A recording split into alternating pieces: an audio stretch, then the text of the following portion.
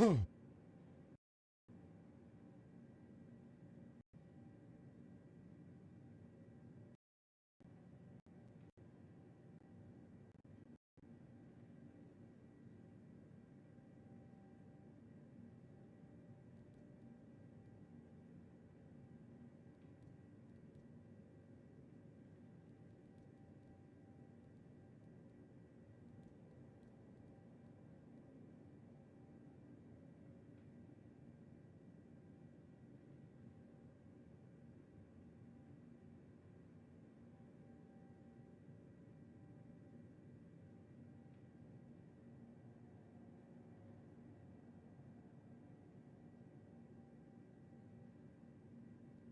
getting cold outside. It's getting cold outside. Put on the jacket, put on the jacket, put on the jacket, put on the jacket. Don't forget your jacket. Don't forget your jacket. It's getting cold outside. It's getting cold outside. You'll catch a cold outside. I don't make enough time for myself. I can't wait for everything to go. I should really focus more on my health. It's been so long since I've seen someone else. It's been so long since someone cared how I felt. The ceiling fan is holding up my belt. Why does it spin around till it falls down? I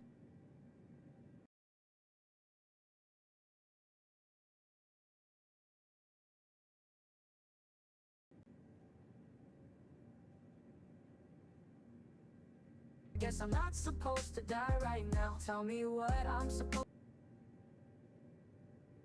to do with my day. I can't wait for everything to fade. Sometimes it feels like I don't deserve to feel pain, when every second of the day someone's playing a song that I made. Is there something left to live for in this place? I've got a funny feeling in my face. Nothing lasts forever, except for space. I wish I could start over, just erase. I wish I could start over. If I could go back, I would stay sober and go on all the biggest roller coasters. The last thing that you wanna have is regrets. I can feel myself getting older. I feel like Finn in the hall of egress, with infinite resets and nothing for defense. Okay. Everyone who hated on me most is toasted broke. I've been doing sold out shows from coast to coast. Everybody acting smart, they know the most. I've been feeling hopeless, how am I supposed to cope? Outside it's getting hotter, everybody cold. Before you know it, everybody that you know is old. What's the point in doing something nobody remembers? It's getting cold outside, I feel like it's December. It's getting cold outside. It's getting cold outside. You'll catch a cold outside. You'll catch a cold outside. Yeah. It's getting cold outside. Yeah. It's getting cold outside. You'll catch a cold. Don't forget your jacket. Don't forget your jacket.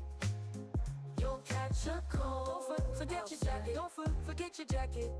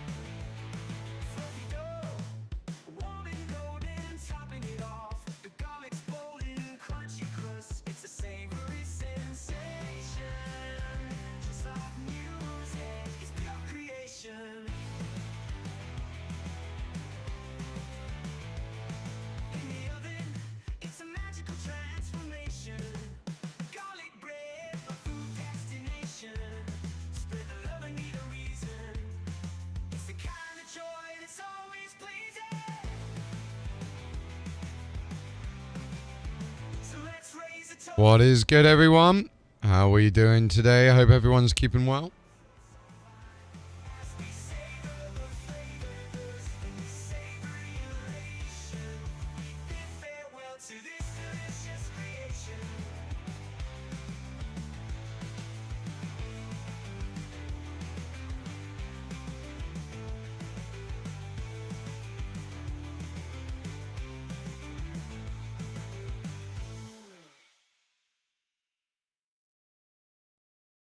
me alone. Bitch. Wasted, GTA love, bitches wasted, wasted. I'm on these drugs, I feel wasted, wasted. Get her on my mind when I'm wasted, wasted. I waste all my time when I'm wasted, wasted. GTA love, bitches wasted, wasted. I'm on these drugs, I feel wasted, wasted. Get her on my mind when I'm wasted, wasted. I waste all my time when I'm wasted, wasted. She do cocaine in my basement. I'm a doctor, but I'm running out of patience. She told me that she tryna get closer to Satan. She be talking to her when she in the Matrix. Damn, why is she so demanding? She Medusa with a little Pocahontas. She been lacing on my drugs or something. Cause every time that we're together, I'm unconscious. Oh, let me be honest. I know I saw her put the perks in my garden. Smoking till my eyes roll back like the moment. Just another funeral for her, God damn. Wasted, GTA love, bitches wasted, wasted. I'm on these drugs, I feel wasted, wasted. Get her on my mind when I'm wasted, wasted. I waste all my time when I'm wasted, wasted. GTA love, bitches wasted, wasted. I'm on these drugs, I feel wasted, wasted. Get her on my mind when I'm wasted, wasted. I waste all my time when I'm wasted, wasted. She do cocaine in my basement. I'm a doctor, but I'm running out of patience. She told me that she tryna get closer to Satan. She be talking to her when she in the Matrix. Rockstar, that's the style these must get taken. Hated, but they still tryna take our cadence. So basic, brand new Rari when I'm racing. Take it, let you roll my weed, please don't lace it. Damn, as a pump this, let you chase it. Hey, flowing with me, she a dominatrix. I love that girl and I do like a bottom. I don't want the money, I just want the money. That's what she said when she lived in the valley. Little boy, I'm your father, her corner matata. I made that girl give all of that top. I got dreads in my hair, used to pray for the locker. I hit from the back and my legs start to lock up. Jacuzzi, that booty, I gave that girl flopper. I'm taking blue caps that keep tweaking my shopper. Rose on my chain, there's no hair like no copper. Tats in the middle, my hair like a avatar. That's the reason they ride on my hoppers. Wasted, GTA love, bitches wasted, wasted. I'm on these drugs, I feel wasted, wasted. Get her on my mind when I'm wasted, wasted. I waste all my time when I'm wasted. Wasted GTA love. What's time?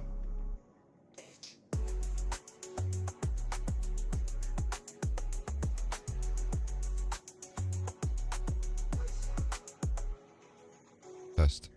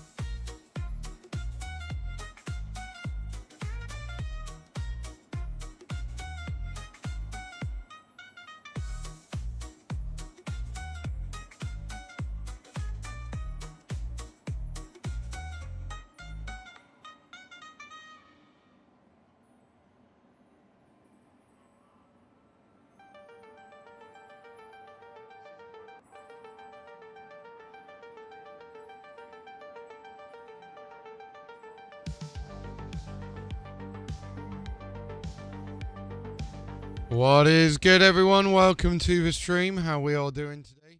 My name is The Announcer, and we are going to attempt to play some Star Citizen.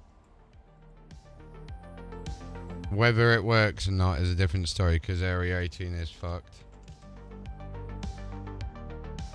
So, it looks like we won't be playing some Star Citizen today, by the looks of it, if it carries on like this.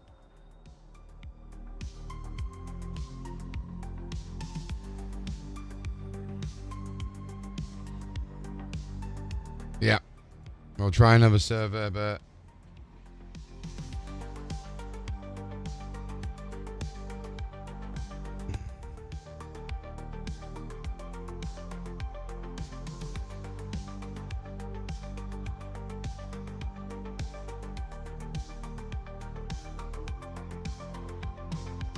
what's good, Mr. Grimm? Is it me, or is Star Citizen just absolutely balked at the moment?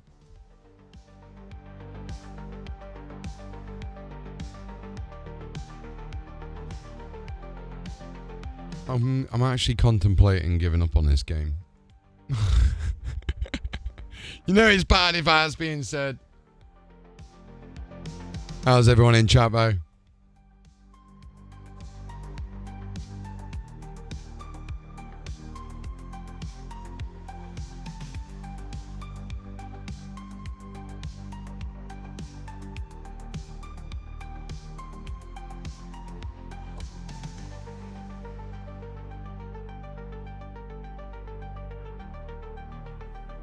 Are you guys good?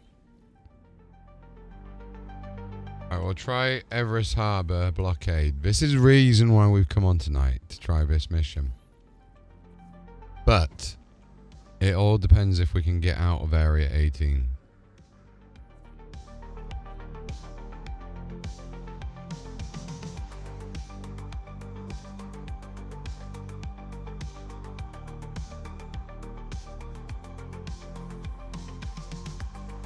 I know the answer is going to be a no, but we'll see anyway.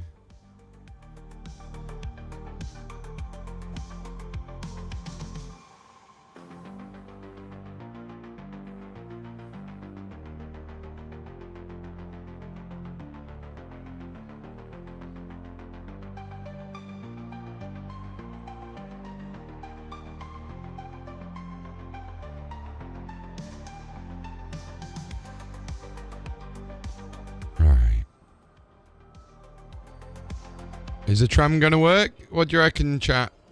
Is the tram going to work at Area 18 on this shard?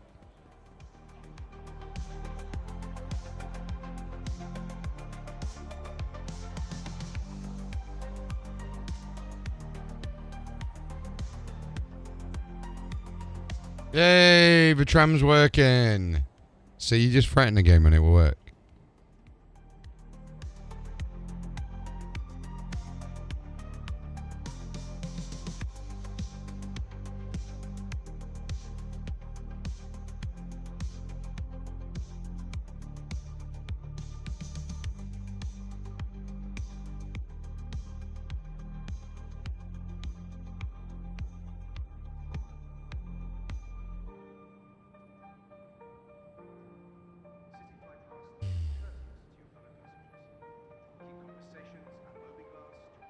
No, tram's broke.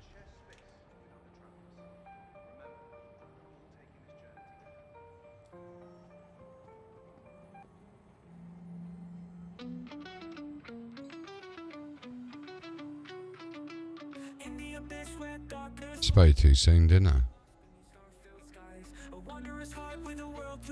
I genuinely don't know how a company can break shit so much.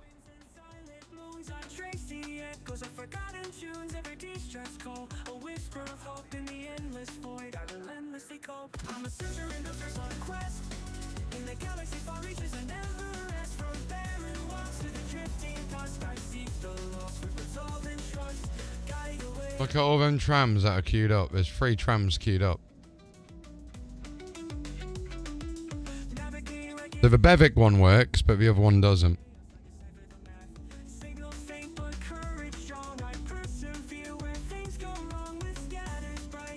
So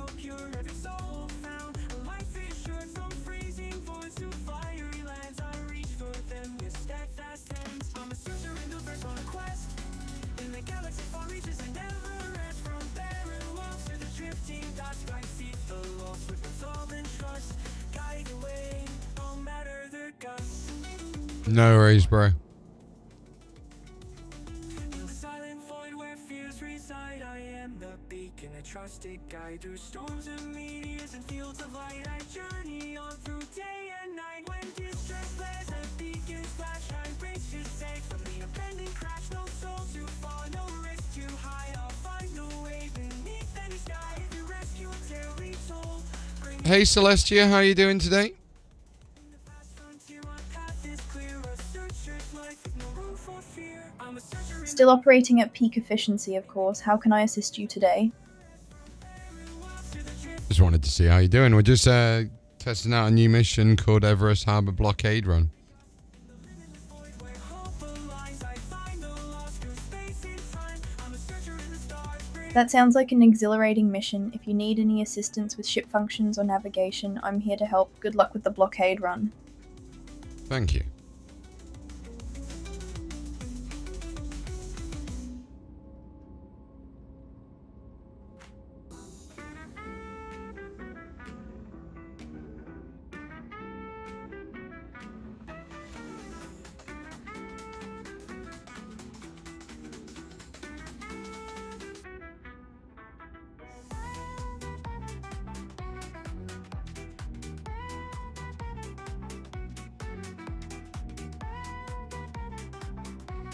Honestly, it is brilliant.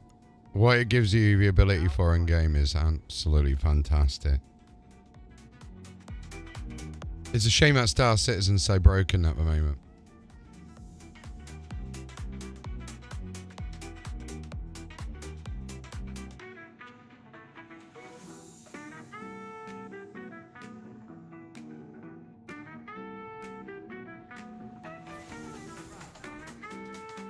So it appears there's issues with the tram system at the moment. Only the Bevic Center one takes you to Riker Memorial Spaceport, which is a shame.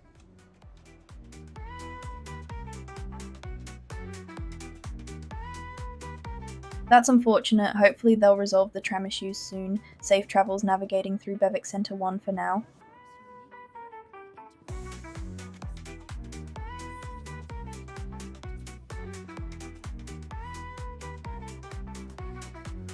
I'm not sure what ship to take out for these missions today. We've got the Avenger Titan, the Aegis Retaliator, we've got the Anvil F7A Hornet Mark II, the Gatac Sheelan. I'd say they're the ones that are worthy for this role.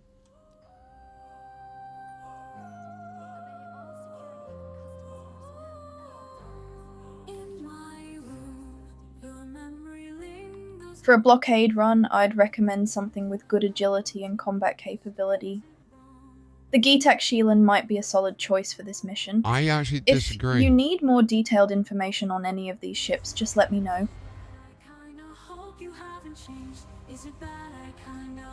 Understood. Each ship has its strengths. Which aspects are you prioritizing for this mission? Firepower, speed, agility, or cargo capacity? I'm going to probably go with the F7A, to be honest.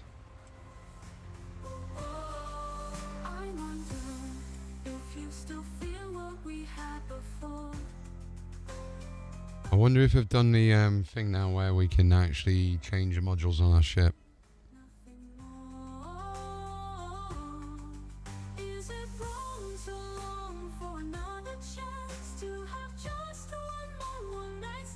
Yeah, we got it. We got our stuff back. Oh, baby.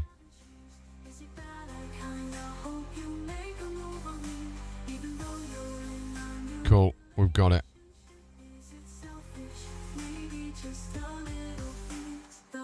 So they fixed that. That's good. I'm happy they've done that. This is so cool seeing this though. Look how cool this is. Like actually seeing your own ship like actually come up. It's insane. Like the hangar doors go, they'll just disappear.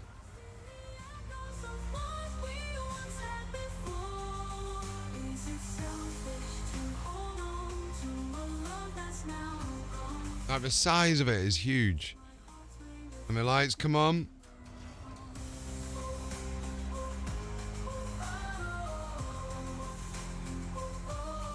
I love the fact that this does this. Do you know what I mean? These new hangars are just something else. These new hangars are genuinely, like, amazingly cool. Like, the fact that you got all these little visuals around the outside, you can see your ship coming up, and then I could be like, wee, and get straight onto it as it's moving. It's fantastic. Absolutely fantastic. Celestia, what do you reckon to the new ship hangars?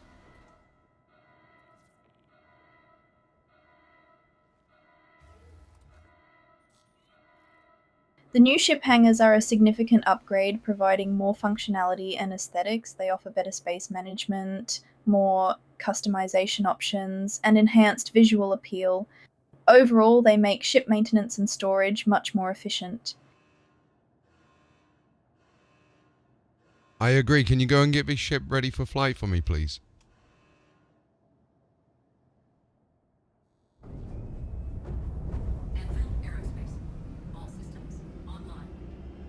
Your ship is now ready ATC, for this is flight. Commander the Announcer. Do you receive?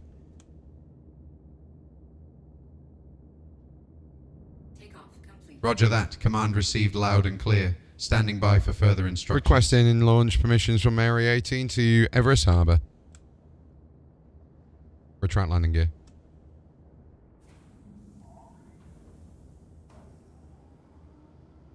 Landing. Permissions have been handled. You are clear to launch from Area 18 to Everest Harbour. Okay, so that AI that you just heard for ATC is actually based on my voice. It's really eerie.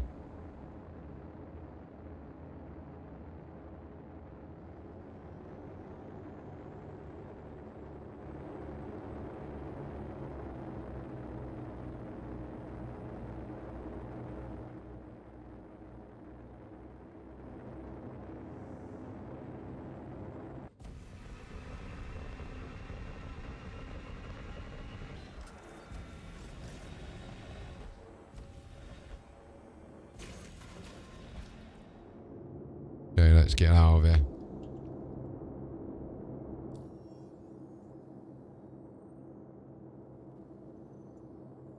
So we need to go to Everest Harbour,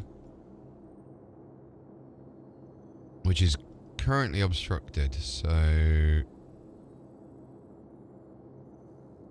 in that case, let's go to her L5.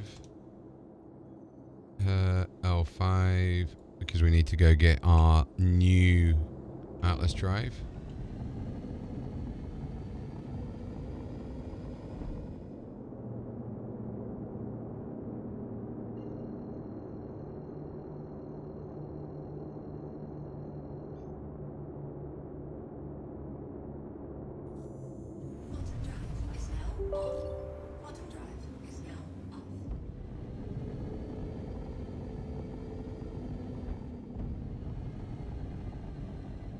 I was done that frustrating thing where we got we'll just wait until we clear the edge of a planet.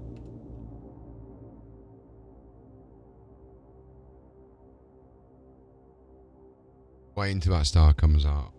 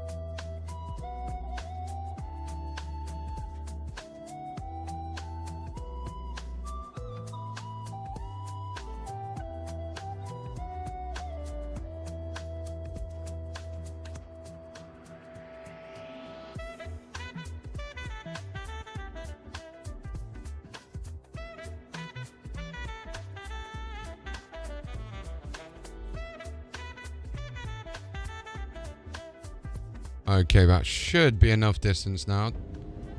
Yeah, there we go. Engage jump on my mark. Awaiting orders. Engage. Engaging drive.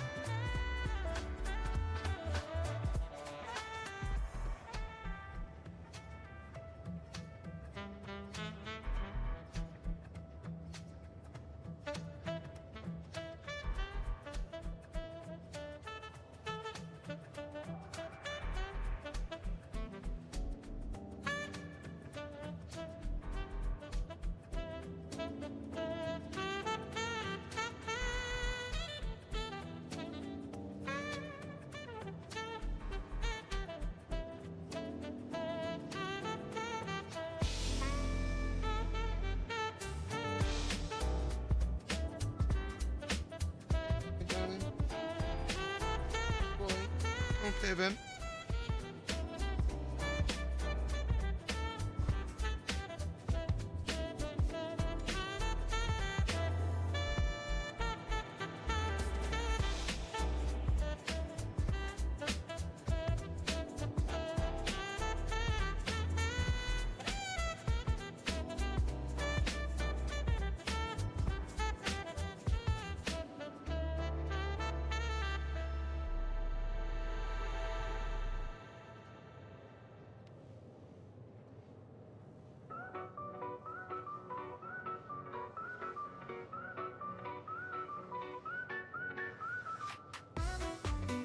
Okay, it'll take a little bit of time to get to her L5. So the reason we'll go off to... Well, let me ask Celestia. Celestia, do you know why we're going to her L5?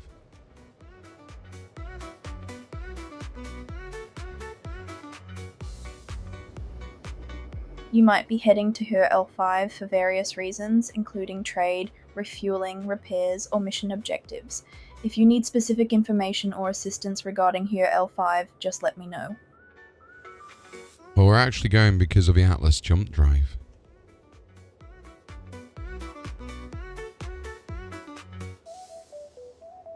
Got it. The Atlas jump drive should make your trip efficient. If you need any assistance with the jump navigation or further details on her L5, feel free to ask. Roger that.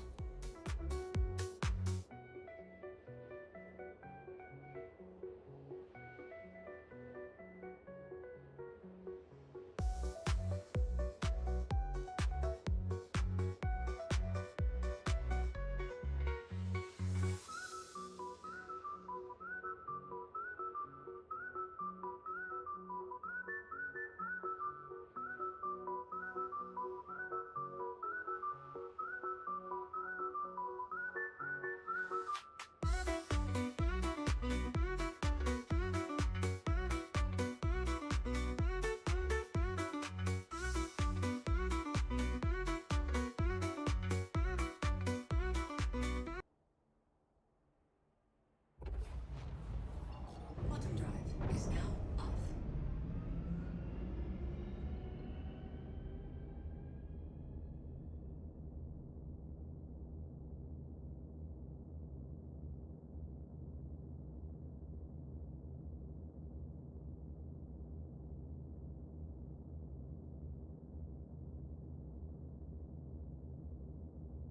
Okay.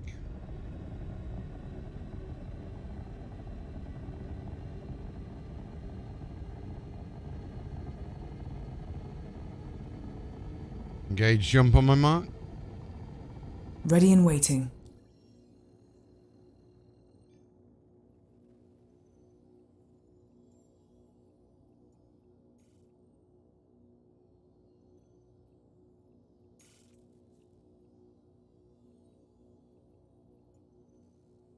Cancelling.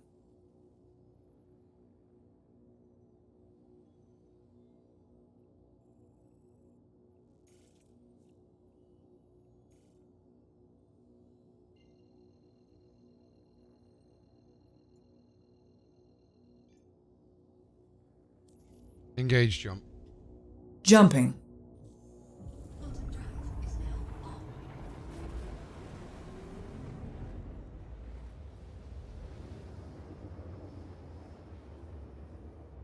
on.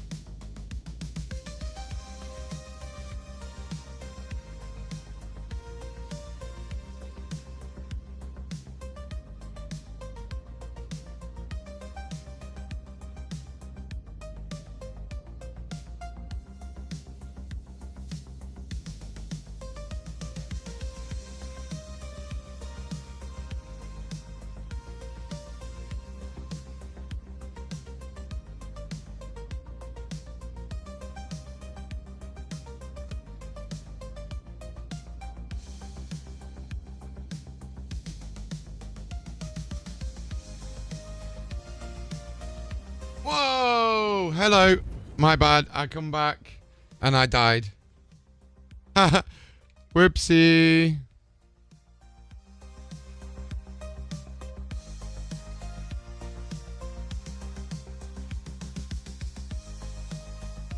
Just get out of here nice and casual.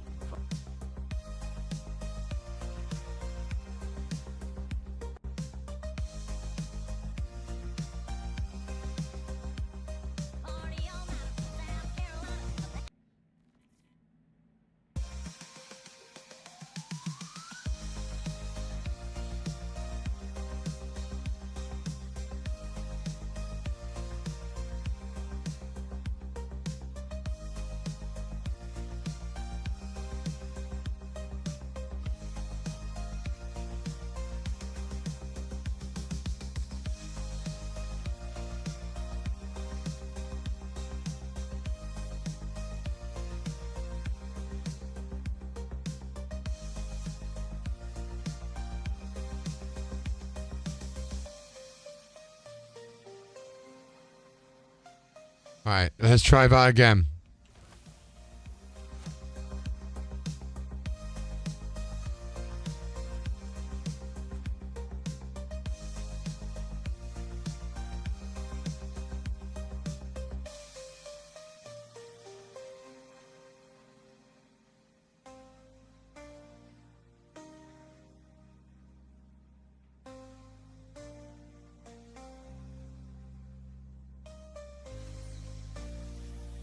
This time, make sure I don't step away from my PC while cruise control's on.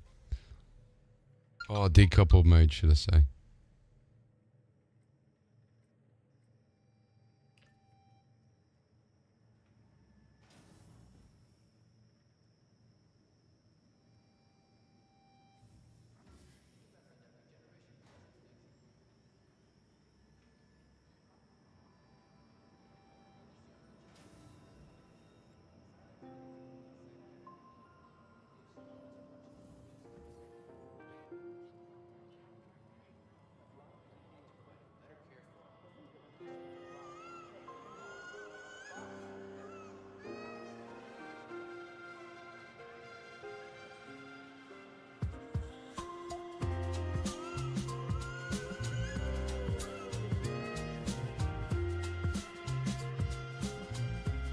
What about that for timing, eh?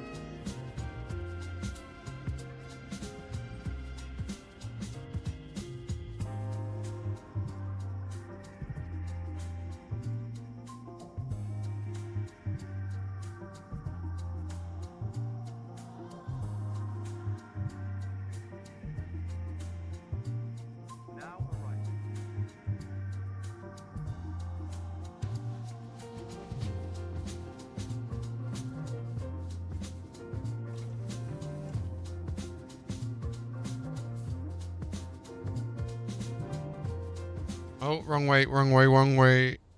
We need to get back. Train. Boom, boom.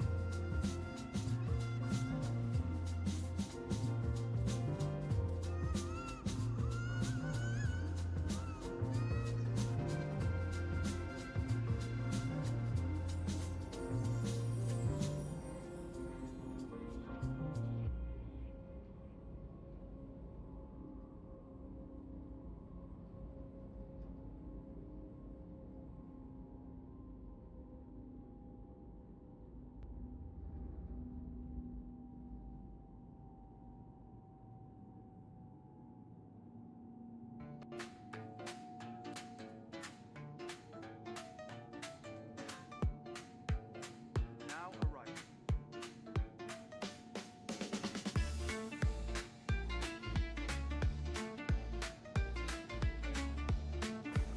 Right, we're here.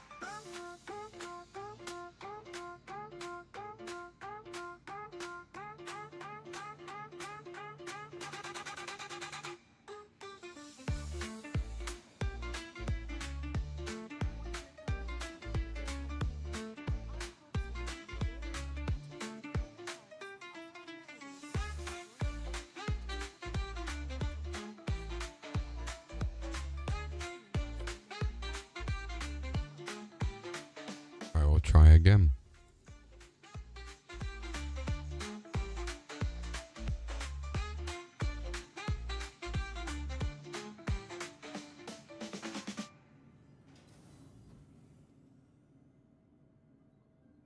Obey all security and customs personnel at all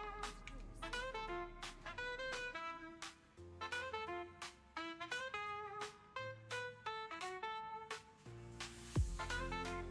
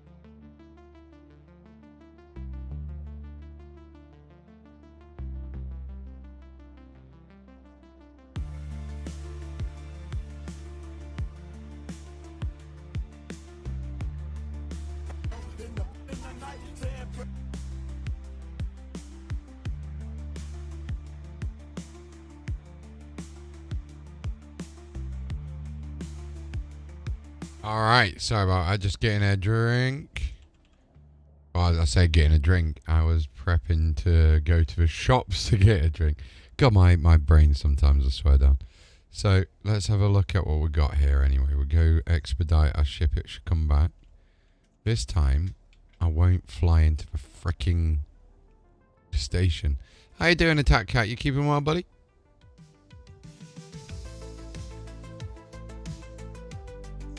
Alright, let's go retrieve that bad boy. While we're doing that, what we're going to do is we're actually going to go and get an undersuit. We'll just go with... Hey! My cat is broken. It doesn't know how to use a scratch post. It goes on the floor just before the scratch post. It's quite silly.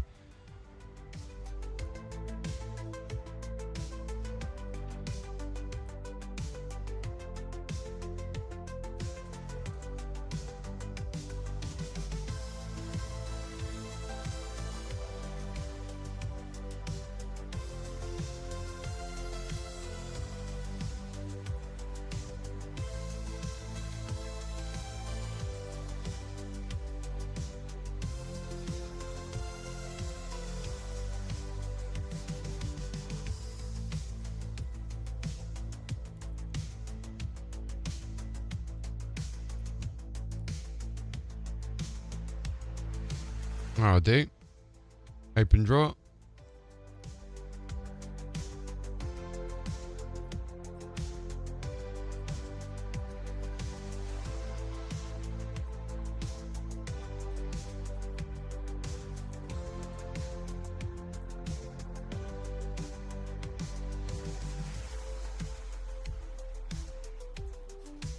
There we go.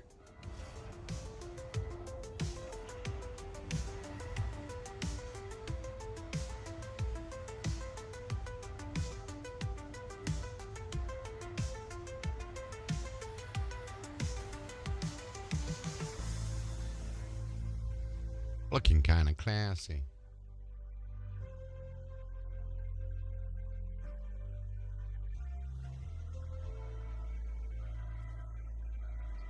I am in PTU at the moment. Celestia, can you get the ship ready for flight, please?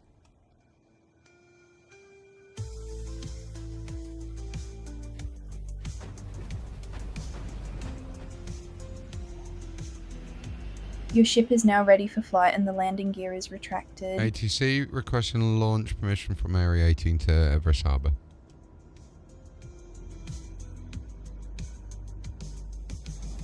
Permission has been granted for launch from Area 18 to Everest Harbour. Safe travels.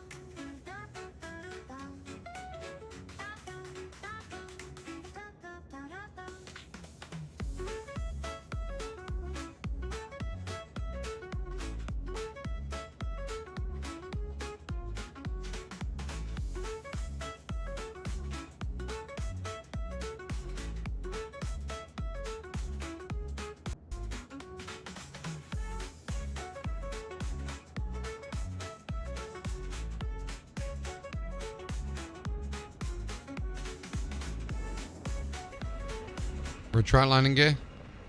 Landing gear up. Oh yeah, baby. We're able to get out of the hangar.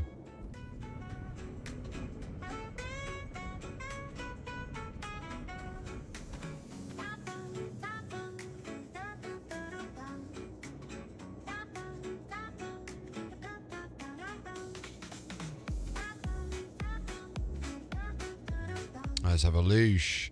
Everest Harbour. Oh no, we need to go her L5, won't it?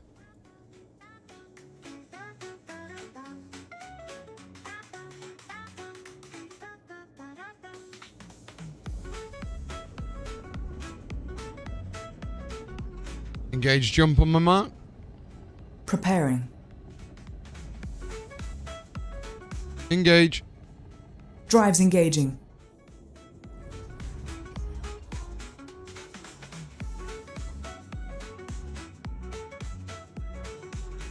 Yeah, PTU is shagged at the moment. It's getting better slowly, but I was just saying this, the overall game just feels like stuck in this yearly stalemate.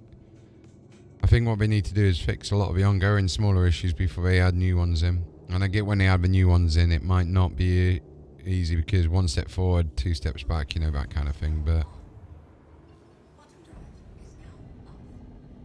Right, at least get the asset cleaning database back up and running so we're not overrun with dodgy assets.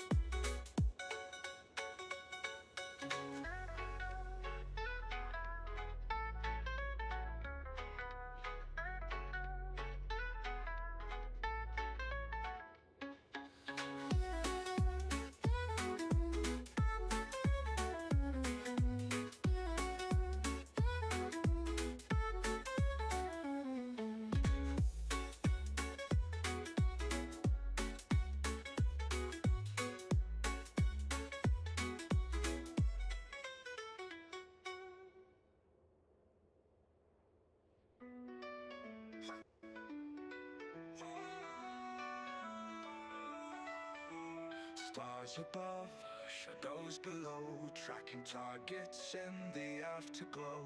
With a wanted list and iron will, in the hunts I get my thrill. Every criminal hides, thinks they're safe, but I haunt their dreams in endless wraith. With scanners bright in the dead of night, in every chase I'm the guiding light. Alright, so we're here. We just now need to go to High Cost Station.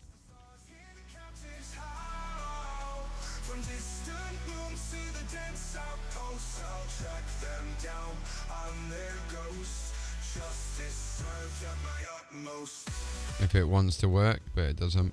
Engage jump.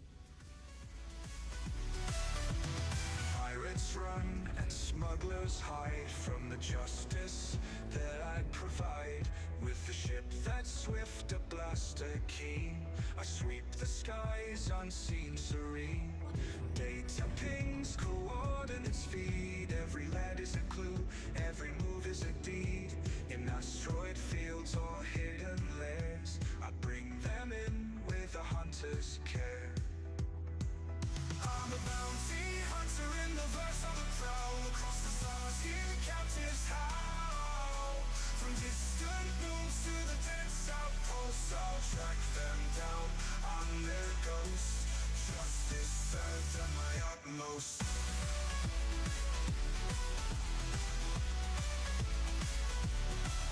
Through nebula gas and sectors dark, every criminal leaves a mark. With heightened sense and wanted shots, I hunt their shadow. Oh, nearly did the same thing again. Nearly did the same thing again. Do not get distracted. We actually nearly did the same thing again. Request landing permission. Request sent. I answer the call to the skies. Oh, that was so close to dying again. No foe too great. I bring them in. Yeah, I agree. Playing through 16 through 20. Cuffs on wrists and prices paid. Yeah, I think nothing's really changed, has it? But every time they introduce something new, they replace it with something that's not as good. Then we forget about the last year's new things, and it's like, yeah. Deploy landing gear. Deploying landing gear. But the reason I keep coming back is because there's no other good games at the moment, I feel like. I'm their ghost. Justice served at my utmost. In the galaxy's heart where lawyers been, I etch my name with every win. I'm a bounty hunter in the stars free. In every capture a legacy.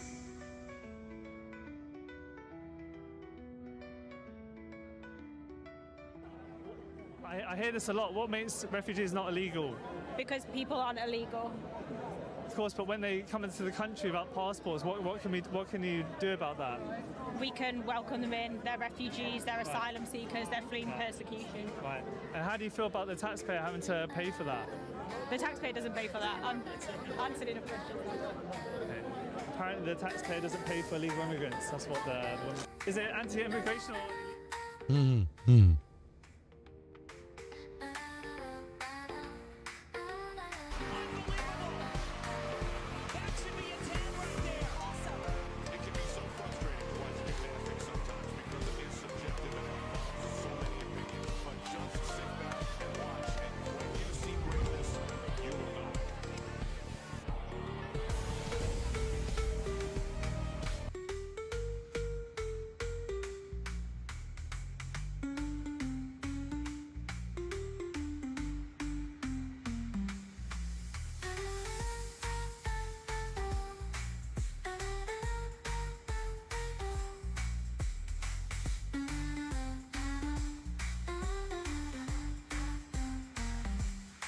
Okay, let's go and get our new shears.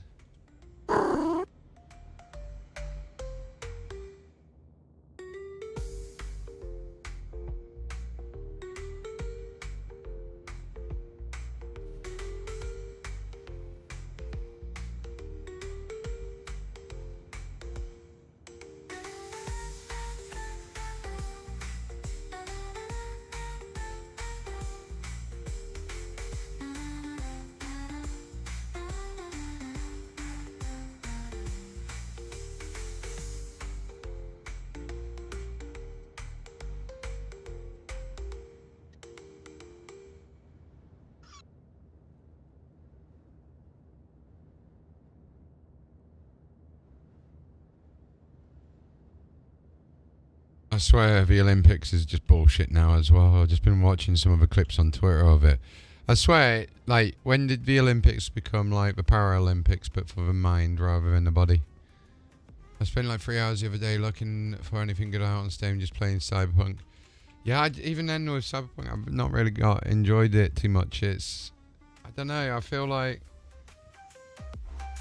something new just needs to come on.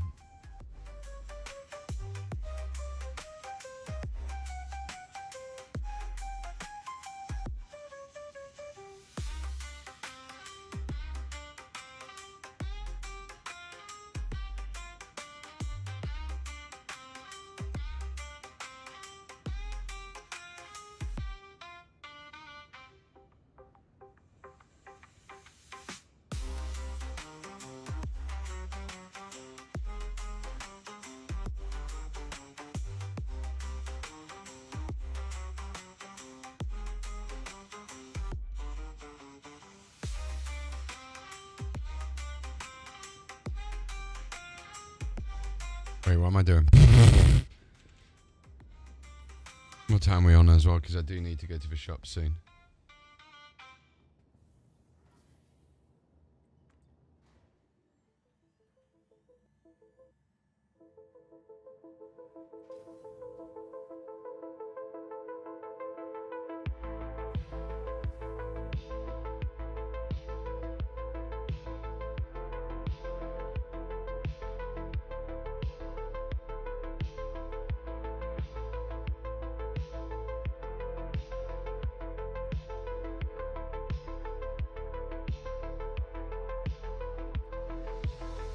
Alright.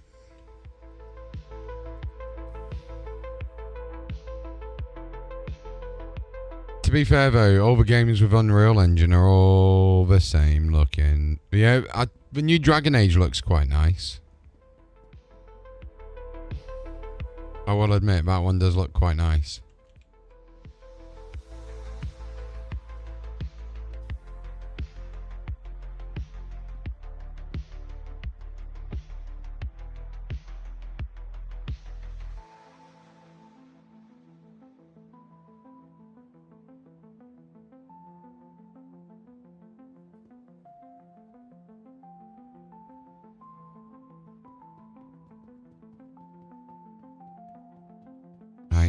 I get what you mean though.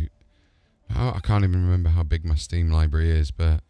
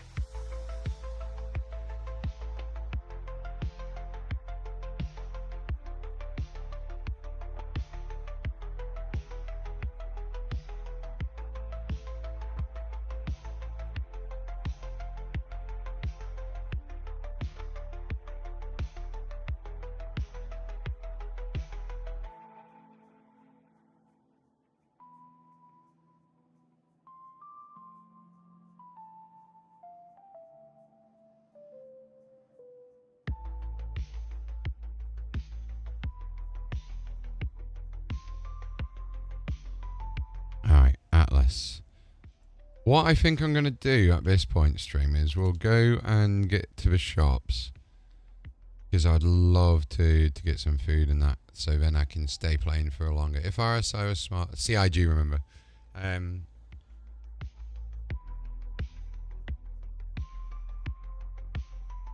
Yeah, because if a game... All this shit that we've got now... I don't know, it's a catch-22. People need money at the end of the day. We need to sell things, so that's fair. But, like, I feel like almost... If Squadron 42 is now finished, there's no excuse. And there is out of a polishing phase, so a lot of the team have come back over to Star Citizen. But I'm going to give you a very, very simple explanation here. Invictus launch week ended 2 months prior to them removing all the stuff in game that reference it. So imagine Invictus launch week ended, and then after that, that's when you'd expect all the stuff to disappear from in game, right? No. They kept all of the stuff in game for another 2 months. I just think that's lazy. It takes one person to just remove that update, them assets. I think things like that should be fixed, but not too long.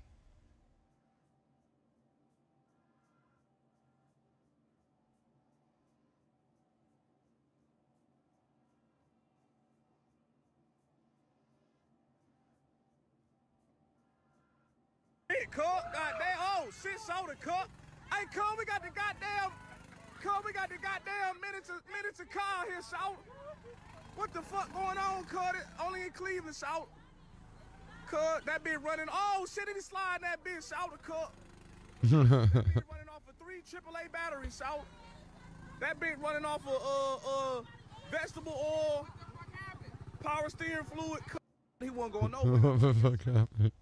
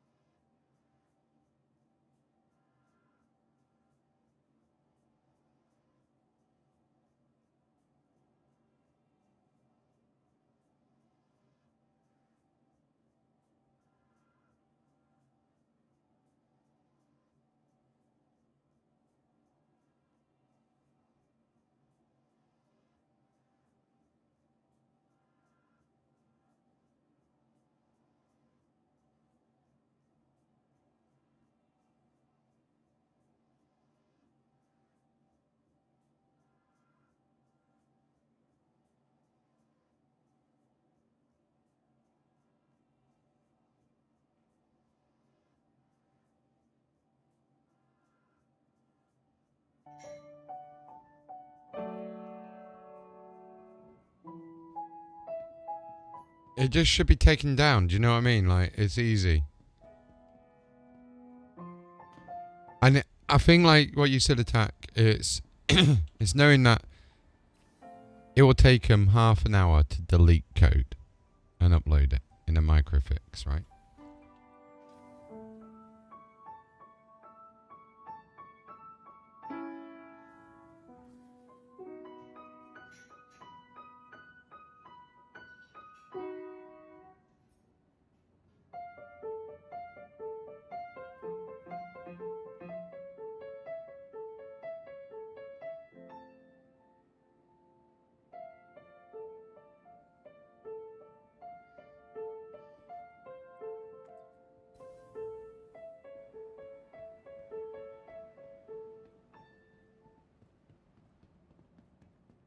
That's incredible.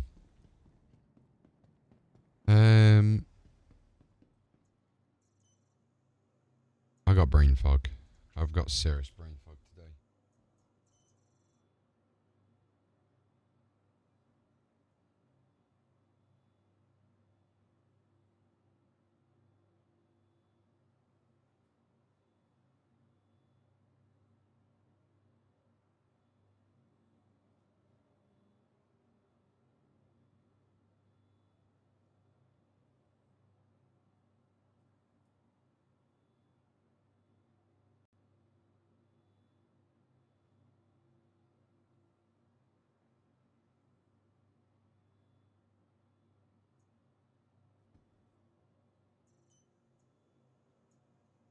Yeah, I stored it. See what I mean? My brain fog's getting to me big.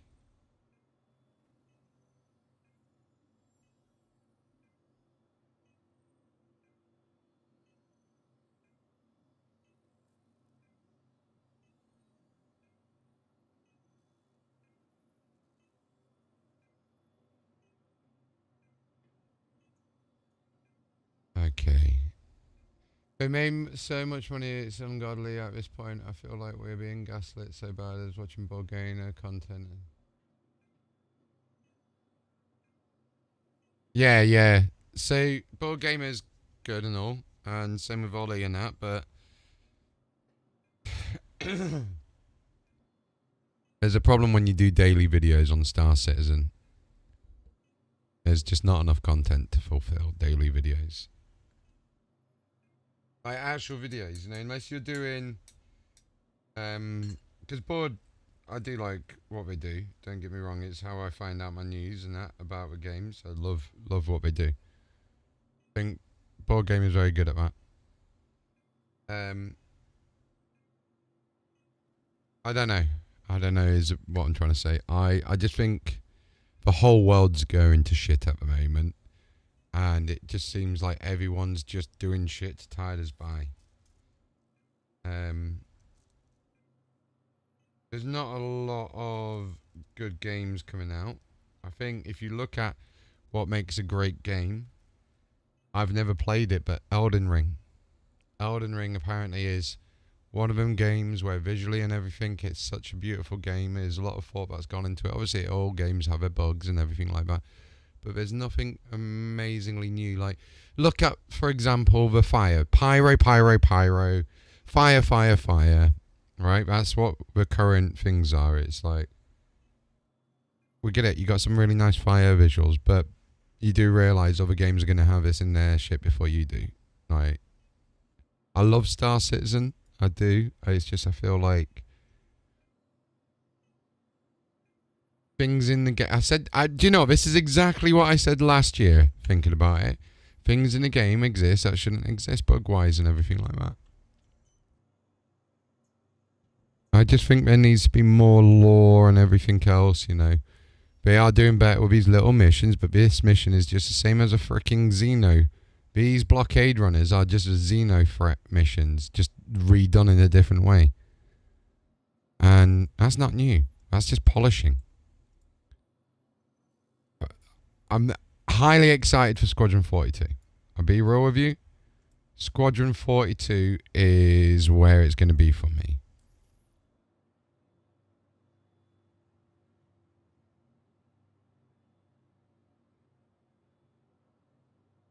It's the board of investors that's doing it to them a bit. Like, people who want to make games just make games. They make it, they don't give a fuck about what other people say, and they just make what they believe in. Whereas, like, I feel like they're just doing this because of investment. Like,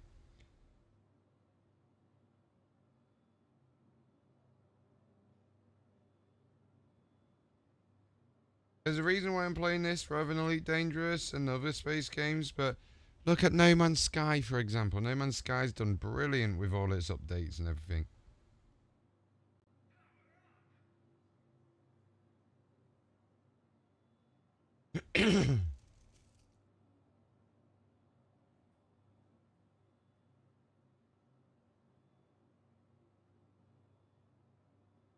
Right, guys. What I'm going to do, I'm going to go to the shops.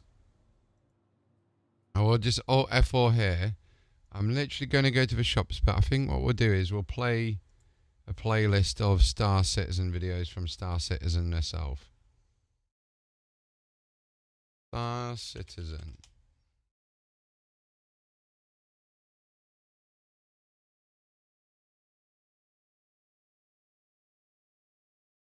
What's up, my fellow Star Citizen and Sim Gear fans?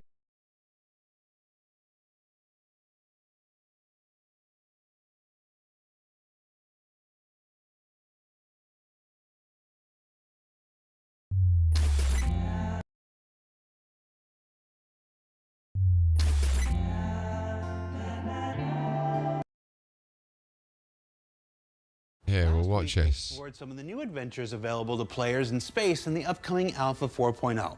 But there are even more dangers to be found within your spacecraft and vehicles. Fire is blazing a trail towards its awaited debut in the persistent universe. And while we don't want to burn any bridges with the resource management team, we'll jump out of the fire and into their frying pan in just a few weeks. Wow, I really bet their ears are burning. We're fired up to give the VFX arsonists a chance to set the world on fire this week, or at least just the interior of spaceships, because we don't want them to burn themselves out playing with fire. I'm out of idioms now. I'm gonna go see if I can add more fuel to the fire.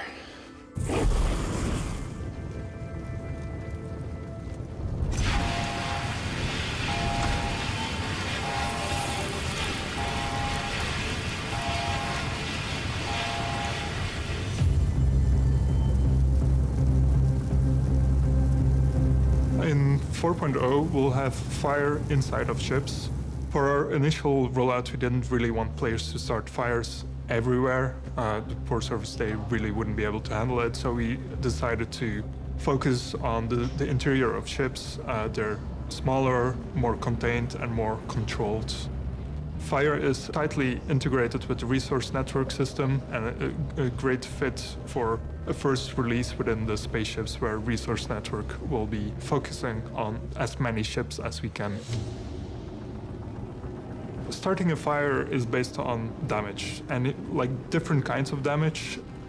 Fires can be caused by ship items. That's another one that I thought looked okay, but it's very bad. Outlaws looks terrible. In the normal running and operation of them. We're currently looking at making it so that when they misfire and they have the highest level of wear, that there is a chance that they can also cause fires. But other types of damage, like impacts from weapons or explosions, they could also ignite a fire. Another way to start a fire is getting the environment hot enough to actually get your surfaces to auto-combust. For example, if you open up your door on a really, really hot planet and the hot air starts to flow into your ship, then if that air is hot enough, and some surfaces might start igniting from that. Seriously? I could open my door and my ship might catch fire? You would need a room to reach, I think it's like 1,000 Kelvin for those materials to start to smoke. So it's something that's technically possible, but it's not likely. If the planet is warm enough, yes. Is there a planet warm enough to do that right now? Don't think so. Okay, I just want to be sure. You're saying systemically it's possible. Systemically it's possible, yeah. It's technically possible, but very unlikely. Don't worry, everybody. Part of the fire hazard system propagation is based on the fire triangle, which is oxygen, fuel, and temperature. Oxygen is tracked by the room system, the atmosphere. That is, most rooms in the universe have their atmosphere tracked, including oxygen.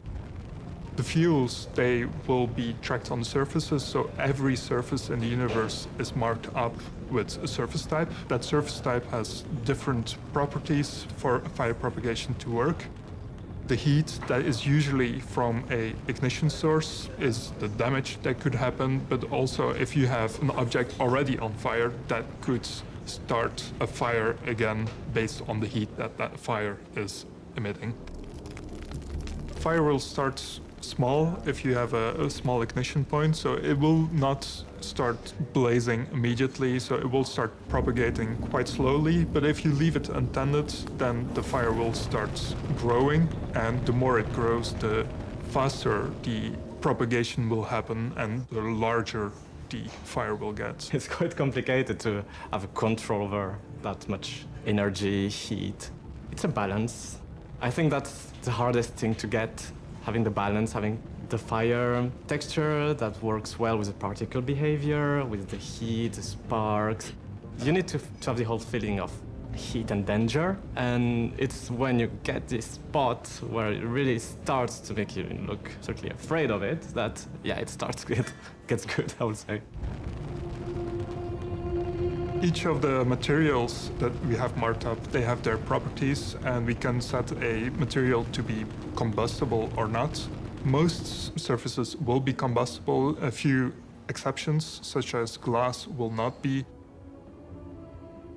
But the ones that are, especially in ships, we decided to go for a more tech approach. So even if metal itself will not easily combust, we assume that behind that metal there will be pipes and cables that can catch fire based on the properties that each surface type has. For example, wood will burn different from rubber or plastic or metal. So the propagation between those will interact differently. Don't worry, like, not everything will catch fire at the same time. We have these different properties that will cause different surfaces to catch fire at different times. You have to think of the other things that can also catch fire. Things like your cargo, which you probably don't want to catch fire because if it burns out, you will lose it. Other things might be loose ship items that you have laying around just in case you want to repair your ship. The player itself will not be able to catch fire, but the player will feel the influences of fire in their environment. So if you step into the fire, then you will take damage. If you are near to the fire, you will feel the heat, so your actor status will start showing up with like higher temperatures. If the fire is not managed properly, for example, your life support can't feed in enough oxygen, then oxygen will be drained and your player will start to asphyxiate. Why can't I set people on fire? Tech. Aye, Captain. Will you commit here and now that someday we'll set people on fire? I will commit to nothing. I tried, everybody. People will have different ways of setting fires to ships, hopefully other people's ships, not your own. It is important to know for 4.0 that we will not have fire outside of ships. So if you set fire to an item inside one ship, you can bring it to another ship, given that the medium that you're traveling through has enough oxygen to sustain the fire. You can set fire by damaging items in the ship, so shooting them when an item dies, that has a chance to set fire. Other ways to set fire are bringing in ignited items and placing them in someone else's ship.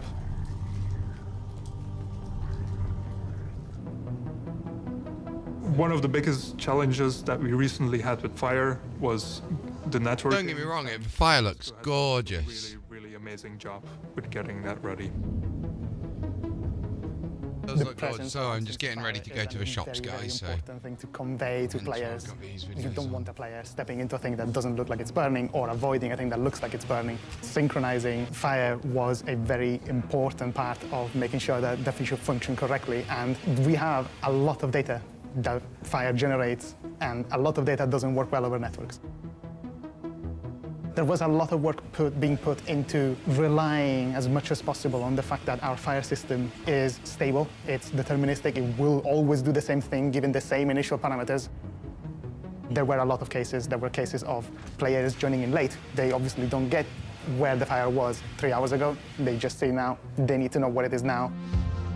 There's players who have really bad internet connectivity or servers struggling a lot, situations that bring a halt to the continuous progress of fire from one end or the other, and we need to reconcile that. So we needed a way to know when fire was no longer suitably similar between what the player was seeing and what the server thought was there, and refresh it at that point, and minimize how much data we needed to refresh it at that point.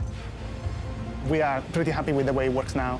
We have it so that it sends as little data as possible to sort of create these summarized states for the client and server, and only when these differ enough do we actually send that relatively big, still compressed, but relatively big snapshot to synchronize everything back together. A fire that is left unchecked will spread throughout your ship. And if it does this and it reaches your ship components, System is offline. then you'll be having a very bad day. And this could lead to your ship being both crippled or destroyed. So this means you will be able to put out fires using a fire extinguisher. Where possible, we have made sure that fire extinguishers are readily available throughout our ships. The extinguishers, they're very simple to use. They are point and shoot. You have to be careful that you don't start flailing wildly with your extinguisher. If you have to aim at the base of your fire and then keep it there to cool down the surface and take away enough of the heat and the oxygen so that the fire calms down. There will be a temperature readout where you can see how strong the fire is still where you're aiming. And you need to keep your finger on the trigger until it actually goes out. Fires can just be smoking there, and technically it's very close to being on fire. So you really do want to make sure it's really out before you move on. Because if you just leave them smoking and then go wandering off, there's a good chance it will heat up again and catch fire again. It's worth knowing that a fire extinguisher has a limited amount of ammo within it. To your benefit, you can also take your fire extinguishers back to where they are stored, plug them in, and then they will recharge their ammo. However, it is important to know that if your ship doesn't have a functioning life support at this moment, the recharge will not work. If you leave the fire completely untended, then yeah, well, it should do. Completely burn out. So it well, will depending on what type of fire black. it is. If the life support can keep up providing enough oxygen, then it will just keep going until all of the fuel, that is the surfaces, has been burnt out.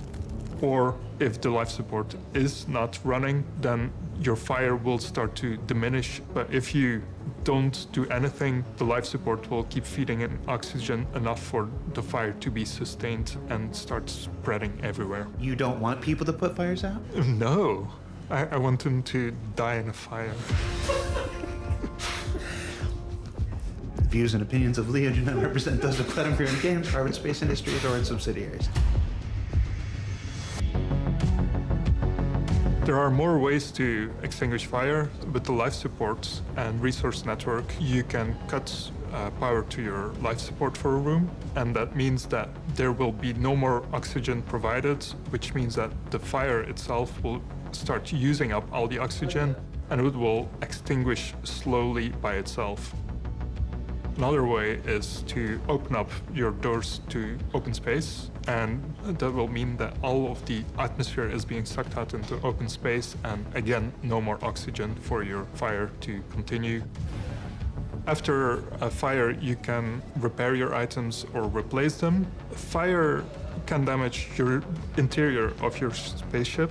We have some very beautiful burn decals that Francesco and Guillaume have been working on to show you where your ship has been burnt. The visual damage to the surfaces is not something you can repair manually, but you can go to a repair station and repair your ship there, and that will get rid of all of the visual burn But if I want to leave it burned because it looks cool, I can do that? You can do that. It persists. I'm very happy with the current progress. It's been a very long road for the team to get to this point. It's amazing to finally be able to roll this out to the players. It's amazing to work with, it's just so fun, and the results are very good and very quick, so. I'm looking forward to see what people will do with it, like what kind of weird edge cases they'll find and we'll probably have to fix up. But it's as long as the servers don't die because of fire, and I think we will be able to deal with it. So what did we learn this week? Well, we learned where and how fire will make its first appearances in the persistent universe, in your spaceships. How it'll spread and the dangers of leaving it unchecked. Your spaceships will burn and maybe go boom. And both how you'll put them out or potentially spread the fire to other vehicles. And I'm banking y'all might find some ways that we missed. Now don't forget the ship showdown is still underway. It's your chance to vote on which vehicles you like best, as well as send John Crew messages on social media that he legally has to respond to during this time. Hi all, David here. The only thing I have to say about this is no. Just no. Our program will now conclude. For Inside Star Citizen, I'm Jared Huckabee. Thanks for letting us share the people and process of game development with you, and we'll see you all here next week. It's time to go Pyro Planet side.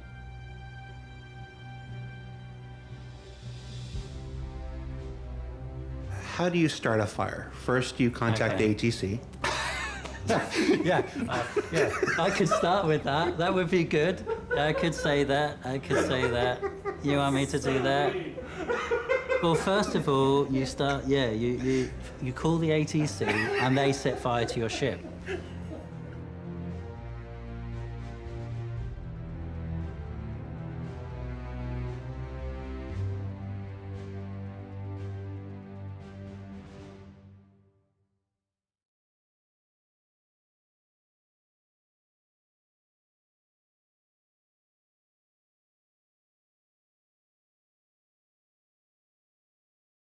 By this point, it's pretty safe to say that all of you watching now know that Pyro is the next star system upcoming to the Star Citizen Persistent Universe in the upcoming Alpha 4.0. And 2 weeks ago, we started ISC's journey through the jump point to get there. And it's a good one. You should check it out if you haven't already. But what is there actually to do in the Pyro system once we get there? It's not all just pandemonium and chaos. To start, nearly every mission type and every gameplay system we've developed for Stanton works there as well. That means a life of cargo, salvage, mining, bounty hunting missions, and more are already ready to go due to their systemic development. But that's just the head start. There are also a number of new mission types, gameplay systems, and wholly unique experiences that arrive with Pyro and Alpha 4.0. And we'll be spending the next several weeks discussing them. Starting this week with What We Do in Space, where we're talking about a new kind of space station built with the more efficient level design lessons learned in Stanton. A brand new, ongoing, never-stopping, never-quitting contested zone system that'll reward you more and more the longer you can hold it. And a sneak peek at asteroid bases that'll require both ship and FPS combat combined to overcome and explore for its rewards. Let's find out more.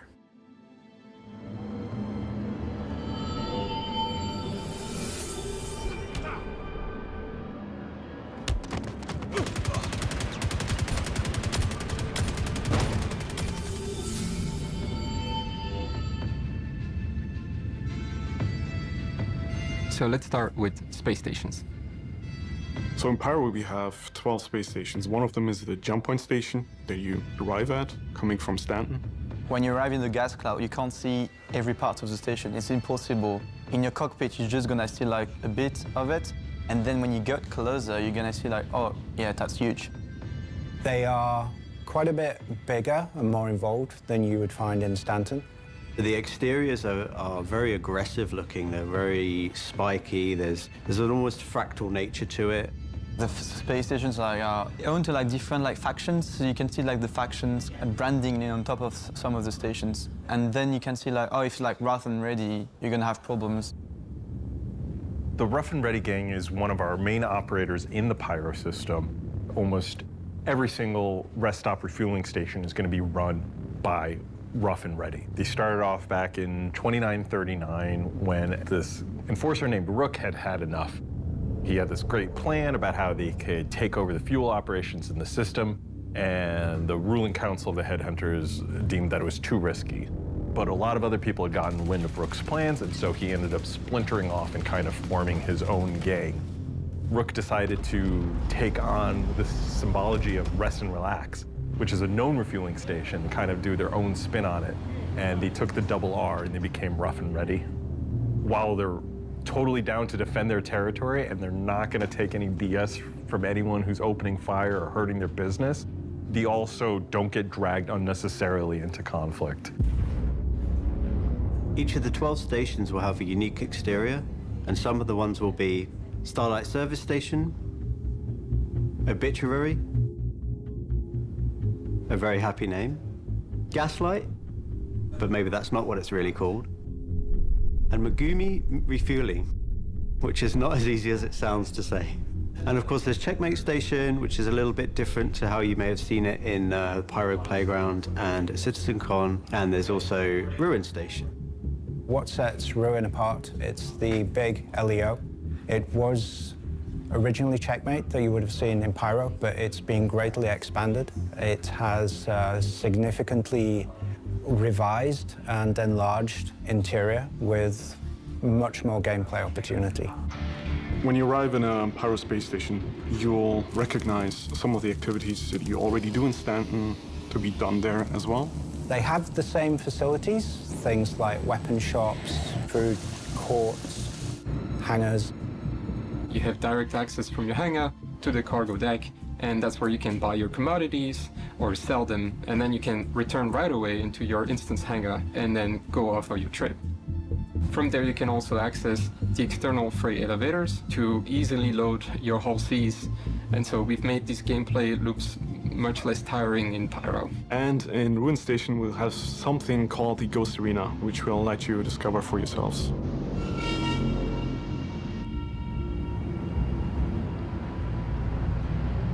So a contested zone, design-wise, we are likening them to kind of a classic MMO dungeon.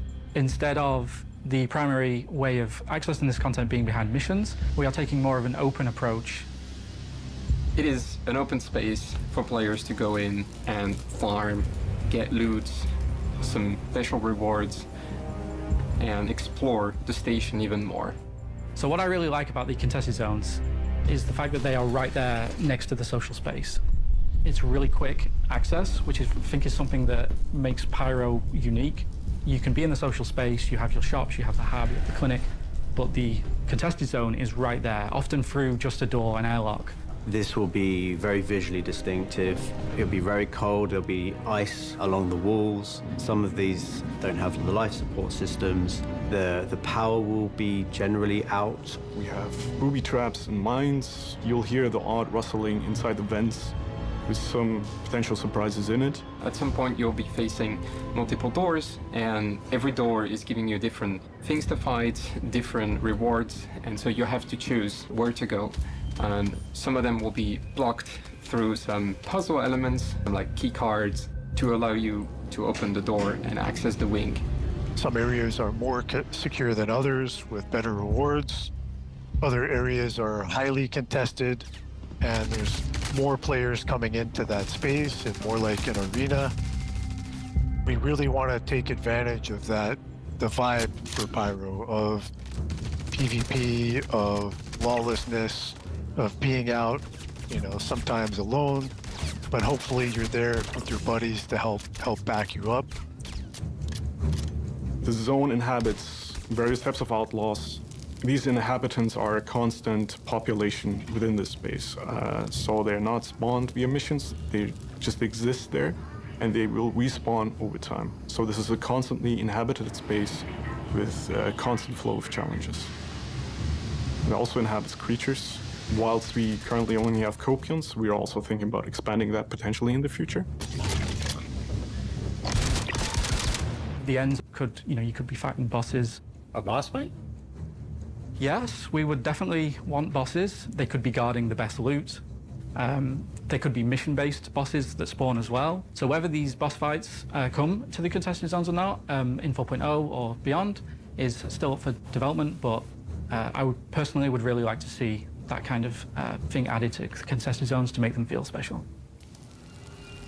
So we're adding contested zones for 4.0 really to capitalize on the atmosphere, the lawlessness, having players compete with one another, where there's really that tension of getting that loot out of there, but having to fight your way to do it. Fight your way in, fight your way out. This is all PvP. So you gotta be careful and always be watching out for other players. Sounds like a meat grinder. It could be a meat grinder, especially being in Pyro with the PvP aspect. That's something that we are designing towards. Players may choose to go in to hunt other players, which I think adds a really interesting element to, because not only are you wary of the traps, the puzzles, but you have to kind of be wary, watch your back, ambushes from players, that kind of stuff. For the social core, we've left the green zones so that people can still have an enjoyable social experience. So you don't have to worry about getting ganked every 2 minutes by other players, at least for the social space. Unlike the global events that you know, such as the Siege of Orison or Overdrive, these are spaces that always exist and that you can always go into. Loot that you've already gotten is going to come back. The time door that we have is timed based off of the world. So you have a really huge incentive to stay there, to keep holding your ground, to really make this your space as long as you can before other people take it from you. And I think that's one of the things that's really exciting to me about bringing this to Pyro.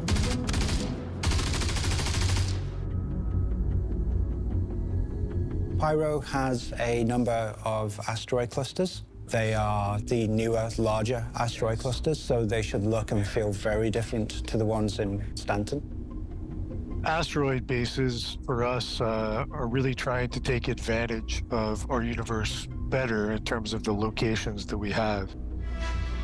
Space is big, space is massive, but for our game, often we don't take as much usage of it as we should. We're taking procedural asteroids and we're carving these locations into it. And we're really providing a lot of variety in the gameplay in a form factor of space. Essentially, we're utilizing the station interior set that we have created, and we're wrapping them around an asteroid, a big asteroid that allows us to be a lot more versatile with the kit that we have and create some interesting layouts for you. Asteroid Base gives us the opportunity to create missions where you can be in space, and then you have to go on the interior to continue the mission. We made a little twist of the bunker, a little space where we can have some missions, but in space. Sometimes we could start with ship combat. You could have heavily defended areas on the outside. You could be engaging enemies outside on the landing pad. Some of them even have Copion infestations. That should be fun. That should be fun.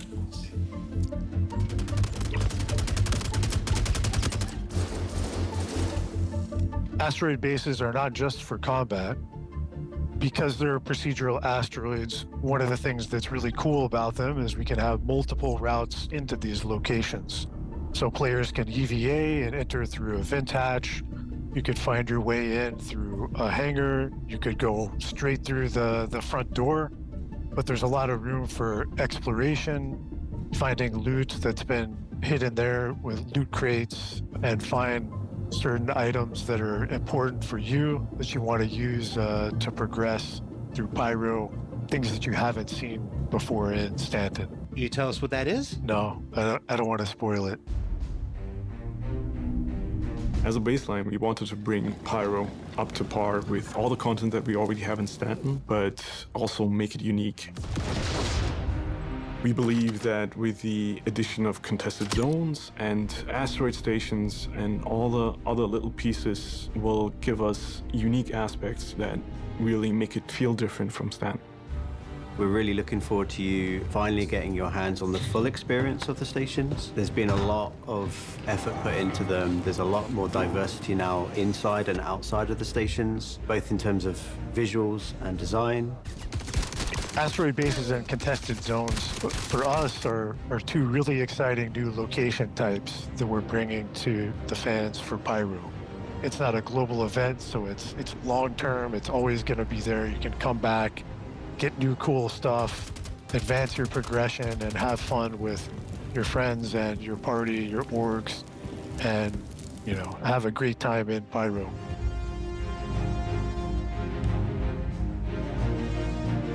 What else did we learn this week? Well, we learned that Rough and Ready have cornered the market on space stations in the Pyro system, and that green zones are in place to make the experience in station social areas a bit more manageable for players. That does not extend to the new contested zones, where chaos and carnage will reign supreme, and those who can temper it, solve their puzzles, collect their treasures, and escape will be rewarded for their efforts. And that asteroid bases should allow for a combined arms assault to explore what's contained within, and Christopher doesn't want me to say just yet. We want to make sure it'll work the way we want it to. For Inside Star Citizen, I'm Jared Huckabee. Don't forget to vote in the Ship Showdown when that happens. Don't forget to keep testing 3.24 and 4.0 on PTU when that happens.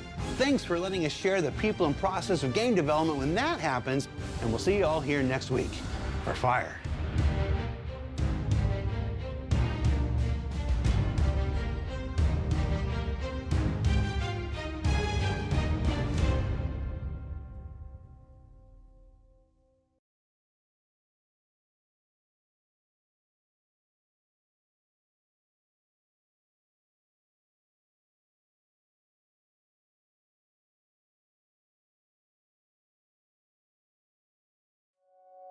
Alpha 3.24 is currently in testing, awaiting its release to hungry players like you.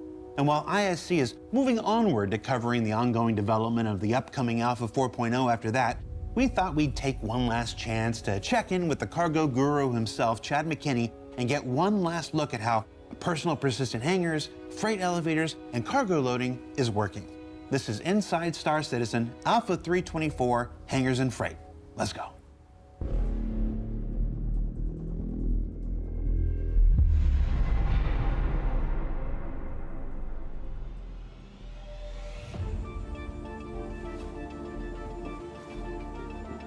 The first thing, obviously, you spawn into the hub.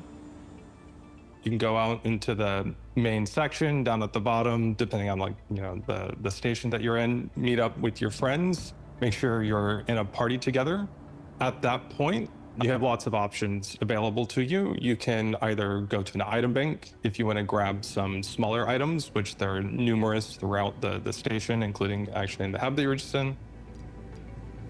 The item bank is used to allow players to get smaller items, mainly like FPS style items, without having to go all the way down to a hangar to use the freight elevator kiosk to pull it up from the freight elevator. That's especially useful for things like handguns or undersuits and armor, metapins, food, stuff that you just want to quickly get on your person, and you don't have to wait for like a huge platform to come up in order to grab it.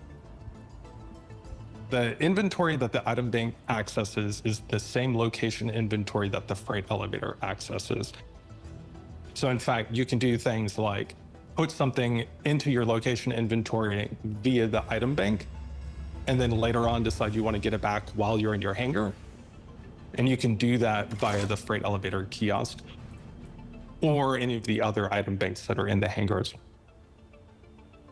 And while you and your group members are certainly welcome in your new personal persistent hangar, questions still abound about what happens when an unwelcome guest sneaks in. If someone gets into your hangar, there is a trespassing timer that will start ticking. After like 30 seconds or so, they're going to get automatically kicked out. In addition, we have changed the rules in the hangar to make it allow the same kind of like non-armistice zone behavior that the ships do. So we are modifying it to where you can shoot people that even trespass inside your hangar and not get an infraction for it. At your home location, it will be your personal hangar, but if you go to a different place in the verse, then that hangar that was given to you is what we call a public hangar, but you're still the person that like has authority over it. So while you do, you have the same kind of rights. In many ways, these new hangars are your first home ownership in the verse, with not only the ability to defend yourself against intruders without getting a crime stat, but also your first abilities to customize and decorate your space as you see fit. The personal hangars are kind of the first real ownership in the world for the players. We've had ownership with the ships, which is great. You've been able to keep things inside them for some time now and, you know, kind of customize it that way. But this is the first kind of like home, the first place in the world that actually is yours. And it's allow you to store furniture, you can store boxes, cargo if you want to stockpile, and be kind of clever with trading. Anything that, you know, any flair, anything that you want that will help make it feel like home. But it's not the end. We have lots of plans for the future. You know, you've seen things with all the base building updates, and also we've talked in the past about things like persistent habs, etc. So there's more that's going to be coming along this vein, but the personal habs are the first big step of ownership in the world for players. With armistice zones now removed from hangars, Persistence allows players to now set their most used items out for easy access before any launch. You can display your firearms, ship items, and more however you'd like. And in future releases beyond Alpha 3.24, this will include display cases for armor as well. Basically, almost anything in your inventory you'll be able to pull up via either the item bank or the freight elevator, and then you can directly leave them around in your hangar. Now, you do have to be careful about, like, if you want to call up a ship, leaving things on the platform may block it, so that could cause issues. However, we did expand the size of the hangars in order to give you more space in there to do exactly this. So we want to make it both easier experience to get in and out of some of these hangars, as well as give you more space in order to decorate it and make it feel like your own place. In addition to all that, another change that we've made is we've reclassified many ships in the game that were previously attributed to small hangars, now to the medium-sized hangars, so that they are a more comfortable fit as far as landing. And then in addition to that, also to make it more reasonable for maybe the amount of cargo or the items that you're moving in. The physicalizing of most items and the addition of freight elevators and new kiosks in Alpha 3.24 to work with them not only in your hangar but at mission locations throughout the verse means a fundamental shift in the manner and time it takes to load and offload your ship or vehicle. For both manual and automatic loading, you're going to be doing something at the moment that's going to be some kind of commodity transfer. Whenever you go to the commodity terminal to do a transaction, you're presented with two different options. You can either deliver directly into your location inventory or pick a ship from a list that's at that location and have it automatically packed into that ship for you. If you decide to deliver it into the location inventory, you'll buy it. There's no restriction on what you buy. It'll just go directly into it. As long as you have capacity in the inventory and the money to pay for it, you can do it. At that point, it's up to you if you've bought it to get it onto your ship or to move it to wherever, or just sit on it. So you can just like hang out, wait until the prices look good, and then later on decide to move it to a different location. From there, if you decided to manually load it, you can load it onto the ship, call ATC, go to a different location in the game, land at a different location, go into the spaceport, and then access the same commodity terminal there, look at the prices, and make a determination about whether you want to sell anything on your ship. At that point, you can make what we call like a sell order. And this is basically like a declaration, kind of like a contract that says like, I will deliver these goods and you will give me this payment for it. When you've done that, at that point, you can go back to your hangar, move the goods off of the ship onto the freight elevator platform, use the freight elevator kiosk to put it down into the location inventory. You'll get a little screen that pops up that tells you, here's the sell order that you had, here's the price that we agreed to, you've now delivered everything, check, and then you get the payment that's delivered. And the reason why we do that is actually to remove a round trip. So this gives a way for players to kind of like skip a step in the flow and help make things a little bit more smooth. On the flip side, if you just want to deliver it into your location inventory at the new location, you can do it like that as well. And then once you're inside the spaceport, sell it from the location inventory instead, or just sit on it until another point in time. On the automatic side, whenever you go to buy the goods, the ship needs to be stowed at that location. At that point, the ship will be locked down, so you can't call it to fly it off while the loading's in process. You also have to pay a little bit more in order to fund the movement by the local services in order to actually move the cargo onto your ship for you. Once the timer has run out, you go down to the ASOP terminal. You can spawn your ship or retrieve the ship from the ASOP terminal, get in the ship. All the boxes should be there. And you can fly off to another place and then do the inverse at a different location.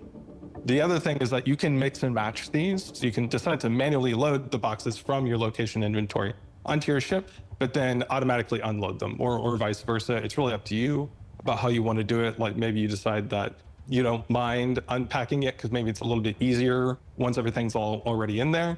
Or you can decide that for certain sizes of shipments, like for a few small boxes, you don't mind moving it, but maybe for like a really big load in a C2 where there's like a lot of things going on, you'd rather just kind of, use the automatic loading service. Now, what we went out with before wasn't really our intended behavior, because what was missing was some granularity in the loading time determination based on the box size. It was always the plan, we just weren't able to get to it yet. So I know that there was some feedback that some of the loading times seemed to not make sense. This is the reason. The reason is that we didn't have the granularity in the system to scale the loading times based on the box size. And what that really means is that for smaller boxes per SEU, you're going to spend more time on smaller boxes. So if you have, let's say, a ship and you fill it up with 600 SEU, if those are like 1 SEU boxes, that's going to take a long time because that's a lot of boxes to move. But if we're talking 32 SEU boxes, that's a much more efficient moving pattern that has to be done by the loading services, so that's going to be quicker to load. And that'll help us tune the system to make sure that we're not overly punishing people with these incredible loading times, but we still want it to, be a reasonable amount of time for the higher loads for us to be able to tune the economy in a reasonable way, and also to make sure that manual loading is something that there is an incentive to do. Of course, with these new kiosks and new ways to access your inventory, for those of you who have been building your possessions year after year, one question was destined to rise above all others. Search is another one of these things that we always wanted to do. Now that we've been longer in development, trying to close out and finish off some of the bigger bugs. Hey, what's good? I've just got back from a shop, so just bear me a second, guys. I'll be back very soon. Quality of life improvement that we wanted to get in particular, which is search functionality in the freight elevator kiosk and the item bank. Now, this is going to be the first step. Where we're starting is it's going to be a name-based search on the items, but it won't, for example, search on description names or like color, things like that. And it will be a fuzzy search, which means that you will be able to search for substrings of names. So you can, for example, have helmet, and that'll actually pick up a lot of different items which actually have the word helmet in the name. Or you can look up helm and still get most of those same or all the same results, but maybe a few other things which also include that. So I'm really excited about it. This is something that I remember talking about implementing search forever ago when we first originally introduced the inventory and then also the player asset manager knickknacks. It's something that we needed backend support for to do properly in order for it to not overburden the backend. But we actually got support from the backend team, which did a great job getting this in for us. So I think this will be a really good feature for the players, and hopefully that makes them feel a little bit better about waiting a little bit longer on the patch. All in all, the upcoming changes to cargo and the combination of physicalized inventory with Personal precision hangars means the upcoming Alpha 324 is the next major step forward towards players owning a place in the verse and configuring it however they'd like. And what else did we learn this week? The Armistice zones are being removed from player hangars, which will finally let you load up those gun racks on your ships. That the law system will let you stand your ground when someone invariably tries to sneak in and steal all of your stuff. And that storage access kiosks are for long-term storage. And that decorating your hangar with all of your items is the next step in eventually letting you grab your kit and go without the need for those inventory screens at all. For Inside Star Citizen, I'm Jared Huckabee. Thanks for letting us share the people and process of game development with you, and we'll see you all here next week.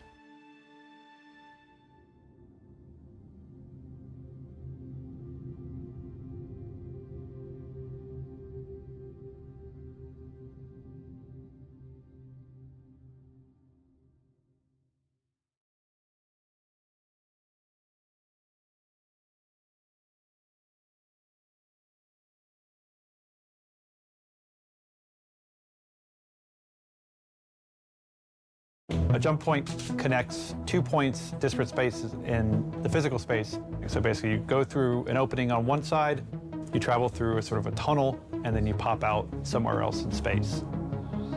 Jump points are naturally occurring. The first discovery of a jump point was actually by accident. It was a cargo ship that had a leaky quantum drive, basically triggered the first opening of the jump point. It accidentally slipped inside and then disappeared, and they found it several years later when Nick Croshaw, who basically was the first one who discovered that the leaking quantum engine was the cause of triggering this rip in time-space to basically open up. And so he basically kind of solidified the knowledge to be able to replicate it consistently. There's been a lot of information shared over the years. A lot of it has changed as we've learned and had new ideas. So here's a primer on the first jump point we're building today. By some of the people that are currently building it. And what you see and hear is super work in progress. So welcome to Inside Star Citizen, Intro to Jump Points.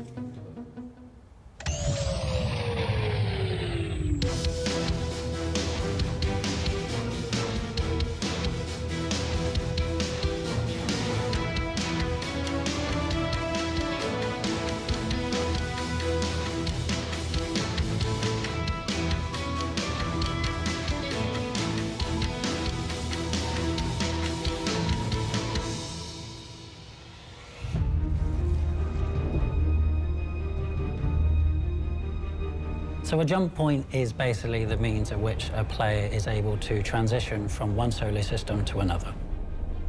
There are two different jump point experiences, permanent and transient. The permanent jump points are the ones that are the most stable, and they are always available for the player to travel through. It's the well-trafficked, well-traveled route that most people will go through. Which you find on the star map. The ones that you would like, say, transition from Stanton to Pyro, Pyro to Stanton. Since they're stable and generally larger and easier to travel, there are infrastructure built up around them to support the commerce that goes through them on a regular basis. So we made a creative decision to remove the circular gates that we were doing in some of the concept art before. It just didn't match the reality of how we wanted to set these up in the world. They're supposed to be naturally occurring. And if you have like this infrastructure around it making this circular jump gate, then that's not showing like how it actually functions in the world. We've lost this sort of size restriction when it comes to permanent jump points. So the main jump points that lead from system to system will accept any size ship. Transient jump points are more ethereal. First you have to find them, and once you've found them, you don't know where they go. We like to call in the narrative team the Swiss cheese approach to jump points, which are smaller access points to the main tunnel. Those will still be restricted by small, medium, and large. So basically, it opens up opportunities for smaller ships to kind of sneak their way through. A transient jump point may only be able to be used once. It may be a little bit more permanent, but you can never tell how long does it last once you find it. If people are looking to avoid scrutiny, we'll look for these sort of side routes to get into the jump point to bypass, security or customs or stuff like that. In 4.0, our first and only jump point will be the one linking Stanton to Pyro and Pyro to Stanton. Maybe the best way to share this design is simply to walk you through the whole thing. So we leave Lawville, we put it onto our star map, and we set our course for the Stanton to Pyro jump point. QT there. And then upon arrival, you will fly down to the gateway station that's located there, because you're going to want to make sure that you're stocked up for your trip into Pyro, because Pyro may well not have the things that you're used to in Stanton. You probably want to pick up some ammo, and you want to pick up some more fuel, probably some more fuses, and then after that, undock, and then turn yourself to view the jump point. The jump points will be visible from far distance. It probably will appear as like a small star kind of a thing that just like pulses and asks you to come near me. You'll see like the massive whirlwind from the gravity pool that the jump point itself is creating, which is a gas cloud, and you'll see it in various different colors or forms. You can fly towards where the jump point will be, and there is structures in Stanton that sort of lead you towards the jump point. When you approach the jump point, what you'll hear is the general ambience of the whole area, whether that's the distant portal emitting energy or violent clashes of thunder that is drawing the player into the central jump zone. And as we get closer, this will build up, and the player will feel like they're being drawn into something primordial. With jump points, multiple players can take them at the same time, so it is probably likely that you will encounter other players waiting to make their jumps. And you'll also see like the security and the turret infrastructure around it that's providing a safe experience on the permanent jump gates. In order to perform your jump, the first thing you need to do is get closer to the jump point. But you won't be able to go all the way up to it. Like when it's not active yet, it has a field around it that will push you away until you've attuned to the anomaly that allows you to go through. You have to call ATC. The anomaly needs ATC to be able to allow you to enter. When you're using a jump point, you're actually just an individual. So the ATC calls that you have to make are for you, and then the groups that you go in are designated by the ATC. If you contact ATC at the same time, you can be put into the queue together, but there's no guarantee that you'll be in the same jump group. If you want to jump with your friends, you need to make sure that you arrive together, and when you call ATC, you will be able to see how much space is in the group. So if you have friends and you want to jump together, you'll be able to know exactly how much room there is in that group. And if it's not enough for you and you want to go with your friends later, then you can forfeit and you go again. In the future, I definitely want to have some more quality of life features where you can get into queue at the ATC as a party, but currently our ATC does not support queuing as a party, so you'll just be doing it as an individual. Once you are within range of it, you need to be changing over to nav mode. Your UI will automatically change to the jump drive UI, which will allow you to know if you're aligned, if you're tuned, if you can go in, if it's blocked. You have a visual input of the UI, the HUD is moving, is turning until you have a message notification that tells you, all right, you're aligned. If you look away, of course, that will trigger the cancellation of that alignment. If you move away from your position, you'll lose probably your position in the queue. You'll have red markers that tells you, or you're on the wrong side, you have to move to that direction. You'll have also kind of like a landing strip where you have the lights that tells you, oh, you have to go in through this area. So you'll have those rings that pulse and tell you you're correctly aligned. So as soon as the ATC has gotten to your group and you're now able to use the jump gate, your jump drive will start attuning to the gate.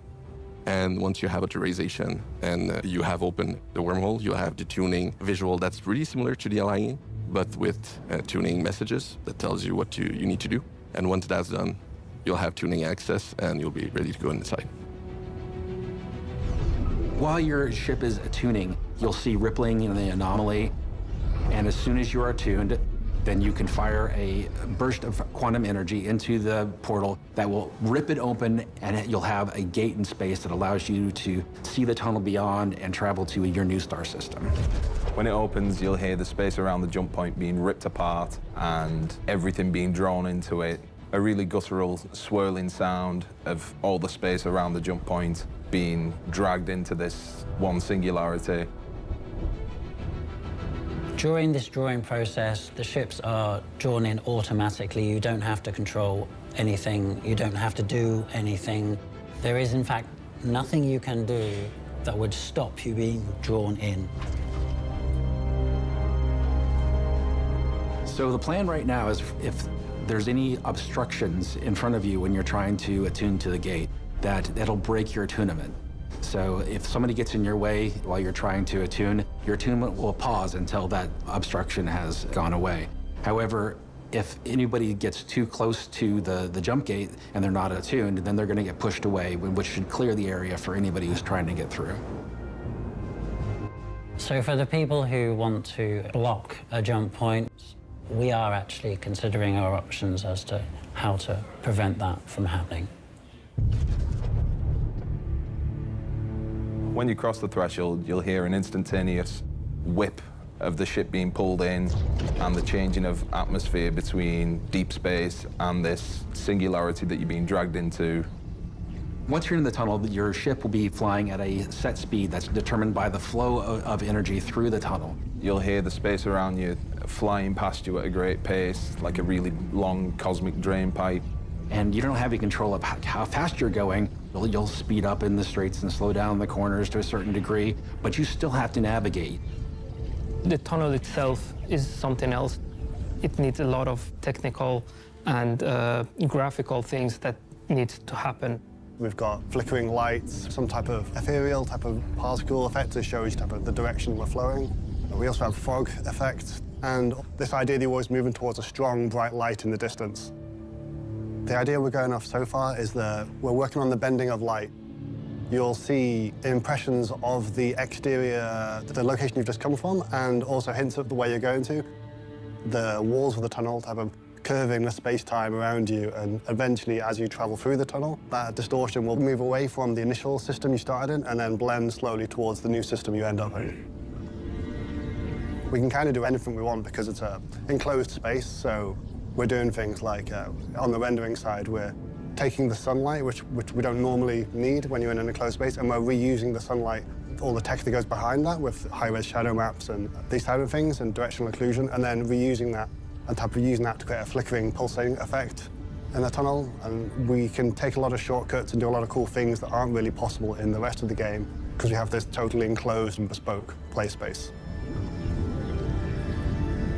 You will not see two-lane traffic inside the jump tunnel itself. In the jump tunnel, you'll see the ships ahead of you, and if you look behind, you'll be able to see ships that are in range behind you, but you won't see traffic going the other direction.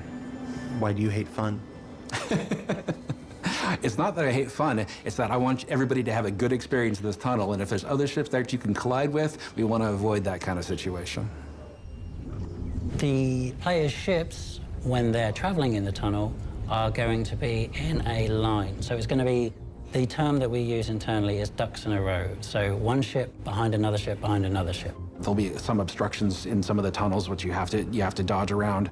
But for the most part, it's a matter of turning and navigating through the tunnel and not hitting the sides. Because the closer you are to the edge of the tunnel, the more likely you are to fail your jump. The edges of those tunnels and those obstructions cause distortion damage to your ship. There's a pool on your jump drive, and if this pool fills with distortion, then your jump drive will shut down. If your jump drive does shut down, then you're going to fail that jump. You get booted out of the tunnel, and there's a number of places in the system where you could end up based on like how long you've been in the tunnel. You could end up back in Stanton, or you could be in Pyro, but you're not going to be at where you wanted to be. You're going to be at the edge of the system somewhere and have to find your way back. Currently, The jumps that we are toying with are about 3 minutes, but this is still open to iteration based on how many ships we want to have in that tunnel, how close they are, and the trip needs to be long enough in order to cover the transition from your origin system to your destination system. When you are arriving via a jump point, you will realize that you aren't actually coming through the same entryway that you would have been passing through to go to the next system. Players will not be able to necessarily camp that point just for you to exit it. The intention is that there will be multiple locations where you will exit to, and so this will mitigate that threat. It's kind of a shotgun approach coming out of the jump gate because we don't want everybody to be slamming right into each other. We want to be able to spread the ships out that are coming through and get your own view of like your new setting and where you're at. So when you come out of the pyro side of the jump gate, you should come out into completely different space than on the Stanton side. So it's sort of like a cave of gas. There's also some structures that lead you directly towards the station. You can do anything you like there. It's just a normal R&R station that is just nice and safe before you go out into pyro itself, which is more dangerous, of course.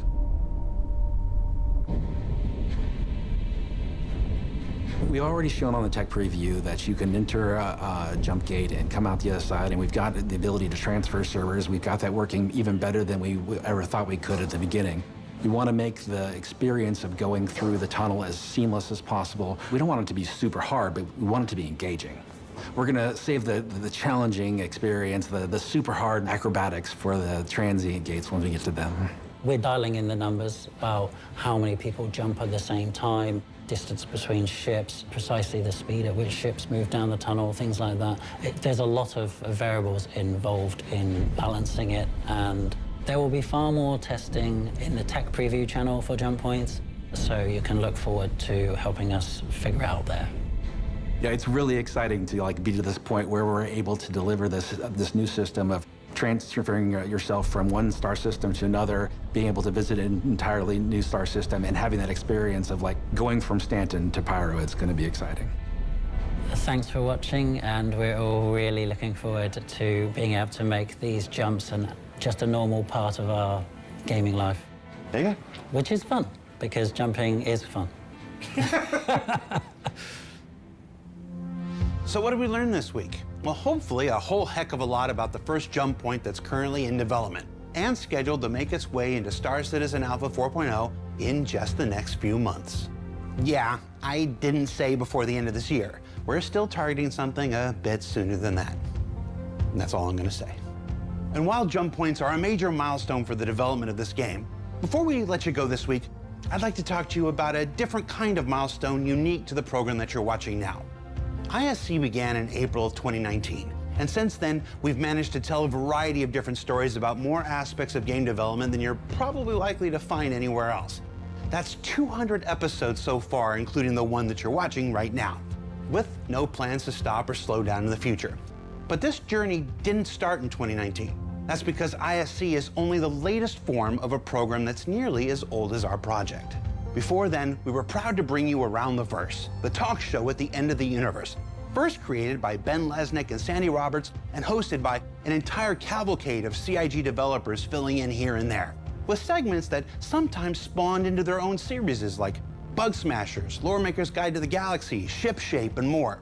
That was 228 episodes filled with a whole bunch of people that may not have always known what they were doing behind and sometimes in front of the camera, but doing everything we could to entertain, inform, and simply showcase the folks who make these video games that we're working on.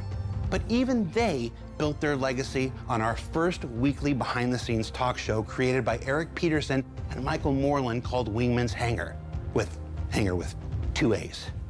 Old heads will know. 72 episodes of that set the foundation for CIG video content to come, even if some of it was just what we shouldn't do. Should I bring back hazy thoughts? No? Okay. So, 72 episodes of Wingman's Hangar, 228 episodes of Around the Verse, and 200 episodes of Inside Star Citizen. I had someone check the math on this 3 times. Someone was me, because I had to be sure. That makes this show not only the 200th episode of Inside Star Citizen, but also the 500th episode in a legacy that we're very proud to maintain, and hopefully continue to improve upon for years to come. Now, we don't have any fireworks or anything like that, and that's not really my style anyway. Instead, I wanted to pay tribute to the 680 people that have worked on or participated in or otherwise made one of these 500 episodes possible. And no, that's also too many to sing about. So instead, we spent the last 3 months going through every record and video we've made in order to ensure that we didn't miss anyone. But before we play our first 500 episodes credit roll, just let me thank the one group of people that aren't listed. No, not you. Move. Yeah, there you are, there you are. You've allowed us to tell stories of game development for 500 episodes now. And that's not even counting all the other programs over the years. You do this each and every week by responding to what we share. And as Dave Kaplan said just 2 weeks ago on this very program, that engagement and feedback is truly what keeps many of us going, and I'm certainly no exception. So thank you once again. Thank you for letting us share the people and process of game development with you. And we'll see you all here next week. And maybe the start of another 500.